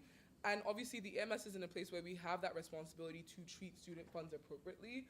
Some of the conversations, they do have some fees included as well. We just are not in a place to bring forward anything concrete to Assembly and the rest of the student body yet till we understand what we're looking at. And so that's the first step here. We're hoping that you guys can help us by officially allowing us to ratify this decision. When the university approached us, they wanted us to make this decision. Actually, they wanted me to make this decision as the VPUA, and I wasn't comfortable with making it because I think that you guys deserve to also be involved in this process, and this is how transparency works. It would make no sense for me to come here and be like, hey, well, the orientation concert's gone. But I really could have come to you guys and been like, hey, like, let's talk about this. What do you guys think? We've prepared the information. We've done our due diligence. We've gone to the faculty societies. We've gone back to the students through surveys. And I think the general decision or the general consensus from all of these works is that there needs to be some semblance of change. In terms of how McMaster does it, they're supported by sponsors. And so that's a big part about what we're doing in the next coming.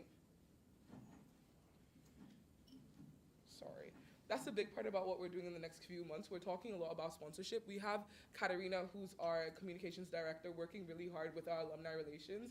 And as part of those alumni relations, we are hoping to get some nice sponsors. Smith, I see you here if y'all want to spread, like, and Jack too, we see you. Like, if you want to, it's okay. You can give us your alum. We'll take your alum. Okay. Okay. Next question. Any other questions? We recognize Amin, Comstock rep. Make it very quick. I'm cognizant of time as well. Yes. Forgive me, I wear multiple hats. I love that. As well. I know you consulted with Black Sox, but would you be open to, I don't know, talking with other societies within Queens as well? Are you inviting me to talk to Red Sox? I bring in Red Sox as well as the Red Life. I'll do it. Because I believe we had a collaboration earlier this year as well for the Warranty Mystery Concert. Nice. So there is a little bit of precedent there. But I don't know, just going forward, and I'd like to get a sense of where you guys are at as well. Would you be open to incorporating the resident society as a part of that discussion? Because residence is a big part of moving into university and getting rid of rid of the jitters of like growing up into being an adult. Yes, okay. So a couple key things here. I'd also first like to ensure that we're including the off-campus voice. Yes, residence is huge, but we do have a multitude of students who, first of all, don't want to live on residence, cannot afford to live on residence, and with the changes that Queens has made, will not even get a space in residence. So yes, residence big, but we also need to ensure that our off-campus community is included in that. That's number one. Number two, I'm more than happy to talk to whoever will give me money. So I'm happy to bring the conversations forward and have those serious conversations and talk about what this looks like. Obviously, we're well supported. We have our amazing team of perm staff. Whatever decisions we come to, whatever contracts we end up signing, will be to the best interest of the societies involved, yours as well. And so that's something we're open to as well. I think the biggest thing is, again, like, there's a lot of what ifs with this movement and what this means, and we're willing to do the work, and we started doing the work as well. But a thing to remember is that it might not just be dedicated to only first years by the time we move it out of the concert. It might open up to non-first year students as well. We're cognizant of the safety concerns that might come with that as well, and so we're looking at different options, and we're open to exploring them again. Right, recognize Comstock rep. I think Nikki has her plaque on her head. Recognize the Nikki. The Nikki? Sorry, I was going to say the rector, but she didn't want rector, so Nikki. First thought is we might as well just put this back to Reunion Street and do a homecoming concert if we're pushing I mean, so we've been talking a lot, and we're waiting for Queens to change the alcohol policy so we can plan larger homecoming events. Perfect. Yes. My question is, I love that you did a survey. I feel like I want to know more. And did you explicitly ask students, like, do you want the orientation concert to go away or be reimagined after orientation? Like, did you get that? So I'd like to across them? defer that to President Rocky. Yeah, I can expand a bit on the survey. Like, no, that wasn't explicitly asked. The survey was done much more to just gauge interest. The concert's a very complex issue. I think it's very hard to, like, I know we can homogenize, like, views on it where there's, like, one right thing, but it's really not. There's a lot of perspectives on it. So it wasn't done with the intention of moving the concert. It was really done just to get some data on it. I know we come to assembly, and I know when I talk to President Caucus as well, as much as we want to have, we all want to speak for our respective memberships, it's difficult because, what do we know for all of our members? It's a lot of people. I think it did highlight some gaps, though, that kind of showed the complexity of the topic, where, again, the major feedback we get is that it's too expensive, but then you also see that 80% of the people are willing to pay a higher fee for a better performer. So I think the concert was done to just kind of explore the complex nature of it, because now we're seeing that when it's no longer an orientation event, there's a lot more, knobs to twist that you can actually try different things, and that's kind of what it was purpose for, not to just answer an explicit yes or no question. I'd also like. People answered the survey. 1,300 people. We got a lot. I'd also like to add on that. Are you about to motion for more time? Okay. I'd entertain motion to extend the time. Motion to extend the assembly till 11 o'clock. Is there a motion from, we get a seconder, Secretary Garvidian. All right, all those in favor of extending it by 30 minutes till 11 p.m., please raise your placard.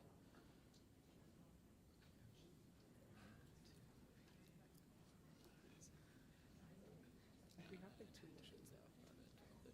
We should hopefully be quick. Just keeping in mind, we have only 2 motions left after this, hopefully quick. Otherwise, it's getting moved to the next assembly. Can I speak to that? Yeah.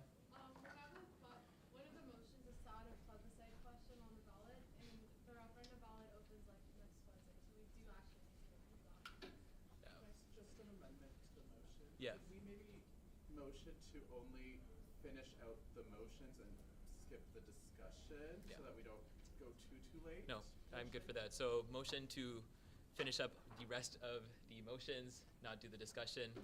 All those in favor? All those opposed? All those abstaining? This clearly passes. All right, go on. Okay. I'd like to add on to. Yes.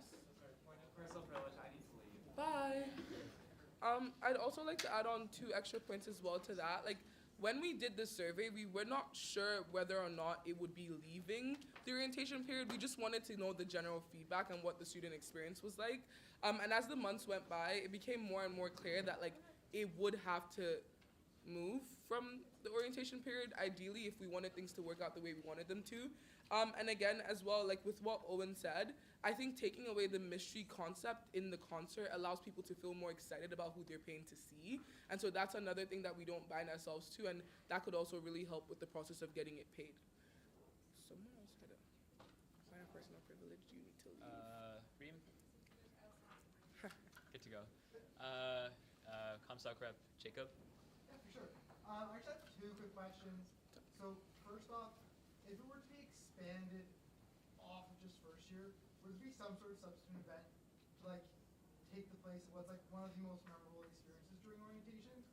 The second part of that, like first question, is in the survey, did we ask how first years felt about expanding the orientation district concert into other years? So I think it's important to, first of all, be clear on the wording. If it moves out of the orientation period, it is no longer an orientation mystery concert. It is no longer an orientation concert period. So that's not something that we would have asked them for. And then second of all, with the memorable event that's being taken out, Queens has requested that I believe it will be a football game or a soccer game, something be put in place of the concert at that time. The only difference I'll say is that the concert is an AMS event, so it's put on by the student union, or the student government rather, on behalf of its students. this football game would be coordinated by Queens. We'd be collaborating, like we'd be collaborators on it, but that would be done by Queens if it's accepted by the board that makes the football game like matches and their bookings and stuff. Yes. Also, just a second question. Mhm. So currently, like the wristband system is like pretty tied into orientation. Would we see that as well be completely detached? Yes. Okay. So I think that's the if you look at the, okay, let's go back. Yes. So the burden of distributing the wristbands is a lot on the faculty society, on the faculty orientation heads. Like I sat in on it last year as well, and you guys were basically there for like 5 hours, sat at a table waiting for students to come in, and they would influx in and out. You weren't getting paid for it, most of you weren't, and you were also in your classes. So that's just a factor where we're thinking about as well the sustainability of orientation, and that makes it something that we ideally would need to actually consider you guys as leaders as well. Another thing is, the way it currently stood was you guys weren't even allowed to attend the concert. Like, Queens was like no, we don't want you guys there, and that's fine. But hopefully with this, like, you're actually able to experience a concert as well. It might not be orientation related, but it's another concert that the entire students get to experience. And again, we don't know what it'll look like yet, but it might not be the entire students. So we're playing around with it. Thank you. Thank you. Any other questions at this time? Jack? Jack Walker, NSOC president. So I just want to confirm for absolute clarity that if this motion passes, the faculty societies and faculty orientations, none of them will no longer be tied in financially to the concert, correct? No. Okay, perfect. Thank you. I just want to point out, so the class of 25 didn't have a concert, and I don't feel like I lost anything by not. I don't feel like I lost anything by not attending the concert. I think it's common for the last 3 years that students aren't going to look at it as an orientation thing if it gets moved into just a university-wide event. It's just going to be a concert. You're not going to think about connecting it to orientation. And I think the burnout that you see from leaders trying to support it, and even just from the students having to go, some of them all day to then go to a concert, like it's a lot on students during orientation. So I think it is a pretty big positive looking at expanding it and moving it out of the orientation period. My question was kind of related. It actually had to do with how many people ended up attending the concert last year, and if you had any data on that. So I believe from what we have an idea of who picked up their wristbands, but we don't have an idea of who actually attended the concert. So typically what happens is that when we cut the wristbands off, we put them into a trash bin and we count them after. More manual labor. But this time we didn't have that because unfortunately in the process of cleaning up, everything was mixed up and they were thrown out. So we unfortunately don't have the data for who actually was at the concert, but we do know that majority of students picked up all of their wristbands. So yeah, as somebody who went to orientation to the concert, I have to say I kind of feel bad for you guys not going. It was amazing. Okay, you can leave. Pretty cool. I have to admit that having friends in Ontario Tech, having friends in Toronto, stuff like that, telling you know what, I went to a concert of my orientation was like a flex you could easily do. But one thing was there, I have to agree with you, there was always those comparison with Western, because they had bigger artists in that one. I guess that was the only complaint we had, and I hope that we're gonna have something like that again, at least for the next generation. Call the question. Yeah? I love this conversation, but I'm tired. I moved the question being output. Yeah. Yeah, no, I was just about to do that. Thank you so much for that. All those in favor of ending this? Or ending this question, this motion?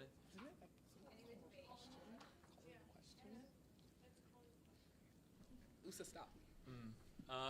All those in favor in calling to question, please raise your placard. All those opposed? All those who choose to abstain? This motion clearly passes. Wait. Oh, sorry, no. Motion of, this conversation ending. Yeah, next motion is... No. Motion 31, mystery concert. Yeah, all those in favor of passing motion 31, mystery concert, please raise your placards. All those opposed? All those who choose to abstain. This motion clearly passes. Passed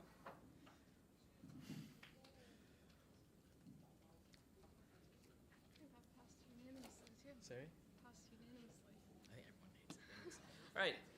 Motion 29, special referendum, moved by Secretary Garvidian, seconded by VP Chowdhury, that AMS Assembly call a special referendum for the bused fee. Anyone wishing to speak on it? Secretary Garvidian. Okay, I'll start with an introduction. This motion is for timelines mostly, so I need to jump in. Actually, do you want to give a brief breakdown of like why we need a special referendum? Yeah. Okay. Sorry. So we need a special referenda because the contract negotiation is still ongoing. So we have not come to a mutual agreement on any kind of fee scenario with the City of Kingston. Therefore, we don't have anything to put forward. On top of that, with the different agenda of this $240 fee, we felt like we needed some of these options, such as a hybrid model with a mandatory and optional component, a fully optional and a mandatory, so that we could survey students and kind of collect input from our membership so that it would guide our decision making in what fee scenario is actually put forward in a special referenda. So it's kind of twofold. One, negotiations are still active. Two, no matter what fee scenario is put forward, we need more input from our membership. Okay, so that's the reason we need a special referenda. The AMS and the SGPS are, I think, actively within the same negotiations.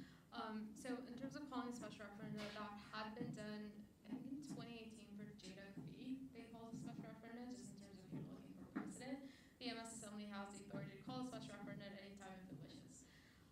So in terms of timeline, I reached out to the SGPS speaker and deputy speaker that oversee their elections. We're hoping that we can align our election timelines together so that students are getting the same messaging and SGPS and AMS can came forward to feast together and there isn't any confusion about who can start first or any of the other fun stuff. So what you're seeing on the slide is the timeline of the special referenda. According to our election policy, the election period, like a lot of it can be shifted around, but cannot be shifted around under any circumstances, the length of the campaigning period. So campaigning period that I have on there is 7 days. It's what we're doing this term, it's what we did last term. Voting period is also, voting period is 2 days, again, standard. What we're doing is condensing the info session nomination period, so they start on the same day, nominations that go for 4 days if they're needed. I don't know if the bused fee will need a nomination depending on the model that they come forward with, but just in case we do, that will be the timeline. I'm not too concerned from my standpoint of aligning it. It would mostly be just for the bused fee, and we can hold an info session for the vice president anytime. So that's the first motion, is the timelines on this slide. Are there any questions? Also, just as a note, we would have to call a special assembly probably on the 3rd or the week before to ratify the question. We can also do it through an e-vote, but that will come back to President's Caucus of this session before a decision is made. Any questions? Call the question. All right, calling to question at this point. Motion 29, special referendum. All those in favor, raise your placard. All those opposed, all those who choose to abstain, this motion clearly passes. Right? Oh, there we go. Is it this one or? That's the slide before. I got it. Motion 32, plebiscite question. Okay, I'll explain this. I don't need to read it. Okay, a lot of wording here. I'm going to walk you through it verbally and so that this makes sense. So we'll get started with what we're trying to do here, and then I'll read the conditions and the language that we have proposed. So under the AMS Constitution, a referendum on any issue within the purview of the society may be called by assembly. We can call so what we're trying to do here is call a referendum. Well, actually this is not for that referendum, this is for this one. We're hoping to add plebiscite questions on the ballot. So that's under 4.12, it's non-binding questions. The purpose of them to survey AMS undergraduate opinion in relation to a specific issue, policy, proposal, advocacy position. So plebiscite questions, they're just that. They're just trying to survey students and what they want. It has been done in the past. I think 2014 had a bunch of them on the ballot. They also did one for change, environmental sustainability, there was one for academic policies of the university. So they're really there to get input from students. There is no campaigning allowed for plebiscite questions. It's purely to see what undergraduate students want with respect to an issue. Okay, so when we propose wording for the plebiscite question, this is a list of all things Assembly can or cannot do. So essentially, Assembly can reject any question if it finds that it violates the mission and operating statement, law, contravention of university policy, and a bunch of other clauses. We're asking about plebiscite fee, it doesn't violate any of those. And then Assembly can also amend or correct a statement if it contains misleading or promotional content in the question. So for all ballot questions, they're not supposed to sway the vote one way or another. They're supposed to remain neutral and actually get student input. So that's what Assembly can or cannot do. Okay, so just for full transparency, all the plebiscite questions we've seen in the past were yes or no questions. I checked our policy and I also went back to the old election policies to see if we missed anything in the review this year. There's never really been any guidance that says plebiscite questions should explicitly be yes or no, although in the ballot section it kind of implies that they should be, but it's not explicit. And the reason I mentioned that is because the two questions, one of them is a yes or no, one of them is a random question. Okay, so we'll go through the questions first and then I'll explain the conditions. So the first proposed question, also for the record, we think we consulted with the SGS, and they're looking to ask their members the same questions, so everybody's getting the same information from the students. So the first question is, do you agree that the BUSIT program should continue as a service available to all Queen's University students? That is a yes or no plebiscite question that would be added to the winter 2025 ballot that goes out next Wednesday. The second question is, it's a ranked ballot question where students will be asked to rank their preferences on what the actual BUSIT fee structure looks like. Do you want to elaborate on the options? Yeah. So these are the fee scenarios that we've been entertaining with the city during the negotiations. So going from top to bottom. Sorry, that's just too much for me. I'm going to speak really loudly. So at the top is the mandatory fee. That's what we've been doing for the past decade, where all full-time students are automatically enrolled into the program. And that would be a mandatory fee that is paid for the next 3 years for the contract term. The second option is the optional fee, so that's a 100% optional. So in the opt-out, opt-in period, you would be able to select the box of whether or not you would like to remain in the BUSIT program, so that gives all students the option to choose whether or not it's something that they need for the upcoming school year. The third option listed there is a hybrid model, so that has both a mandatory and optional component. The mandatory is from September to April, so the actual academic year, and the optional is the summertime. The idea is that all students, all full-time students, are automatically enrolled into both the mandatory and optional, and during that summer opt-out, opt-in period, you would be able to opt out of the summer program if you choose to do so. The fourth bullet point discusses discontinuing the BUSIT program and then students paying the annual or semesterly pass of $220 or $660 annually directly with the City of Kingston for students who don't have a universal program. So these are the 4 questions that we listed there as rankings, so we could gauge what students would be most willing to support, and then that would help us guide putting a fee up on the ballot for a special referenda. Awesome. So you'll notice the questions that actually have the fee amounts. The negotiations are ongoing. Do you want to? Yeah, sorry, that was also another part of it. We don't have the fee amounts in there yet because negotiations are still ongoing. The city is well aware of the timelines we are operating within. We're still meeting consistently. I'm meeting with them tomorrow. So we're hoping to have the fee amounts that we mutually agree on in the ballot before it goes out, obviously, but we did establish a deadline with the city of next week, Tuesday, 6 p.m. So we're working with about a week's time to see if we can come to a mutual agreement, and then we'll have fee amounts in there. Yeah, so you'll notice the fee amounts are in there because they're not currently available yet, subject to negotiations. So which is why I have the following conditions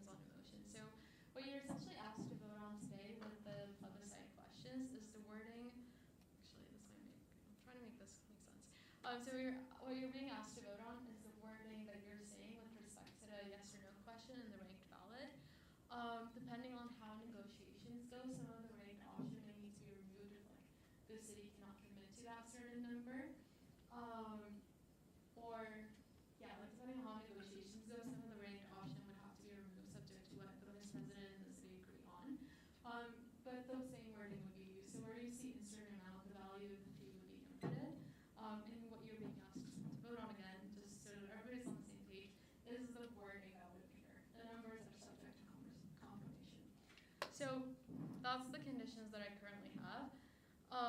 The conditions that the vice president verify the numbers. We wouldn't add the question on the ballot if we don't have the numbers. The second one is that the vice president and secretary may withdraw the placement of the question at any time. If the negotiations don't come to a conclusion in time for the ballot to be released, we'd have to remove the question because again, we need the numbers to be able to add it in.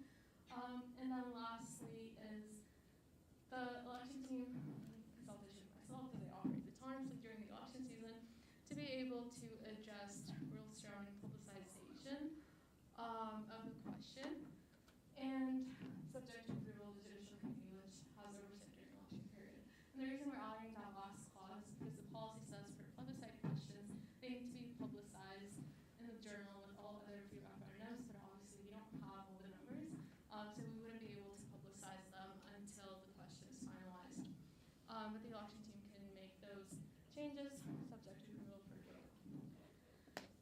So that's really the motion. The conditions are if the numbers can get in on time, we can add it to the ballot, and we can release and publicize the question when we have the final numbers and confirmation. The bright side is plebiscite questions are not all campaigning. It's purely to survey undergraduate student unions, so I don't think anyone's really being disadvantaged by having no campaigns or like the short turnaround between the time this question is being approved and when it goes to the ballot. Yeah, does anyone have any questions?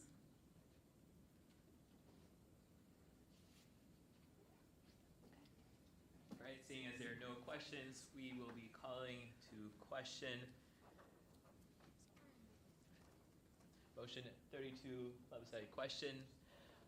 All those in favor of passing this motion, please raise your placard. Those opposed, all those who choose to abstain, this motion clearly passes. All right, guys, one more motion. Oh yeah, there is. I almost forgot my motion.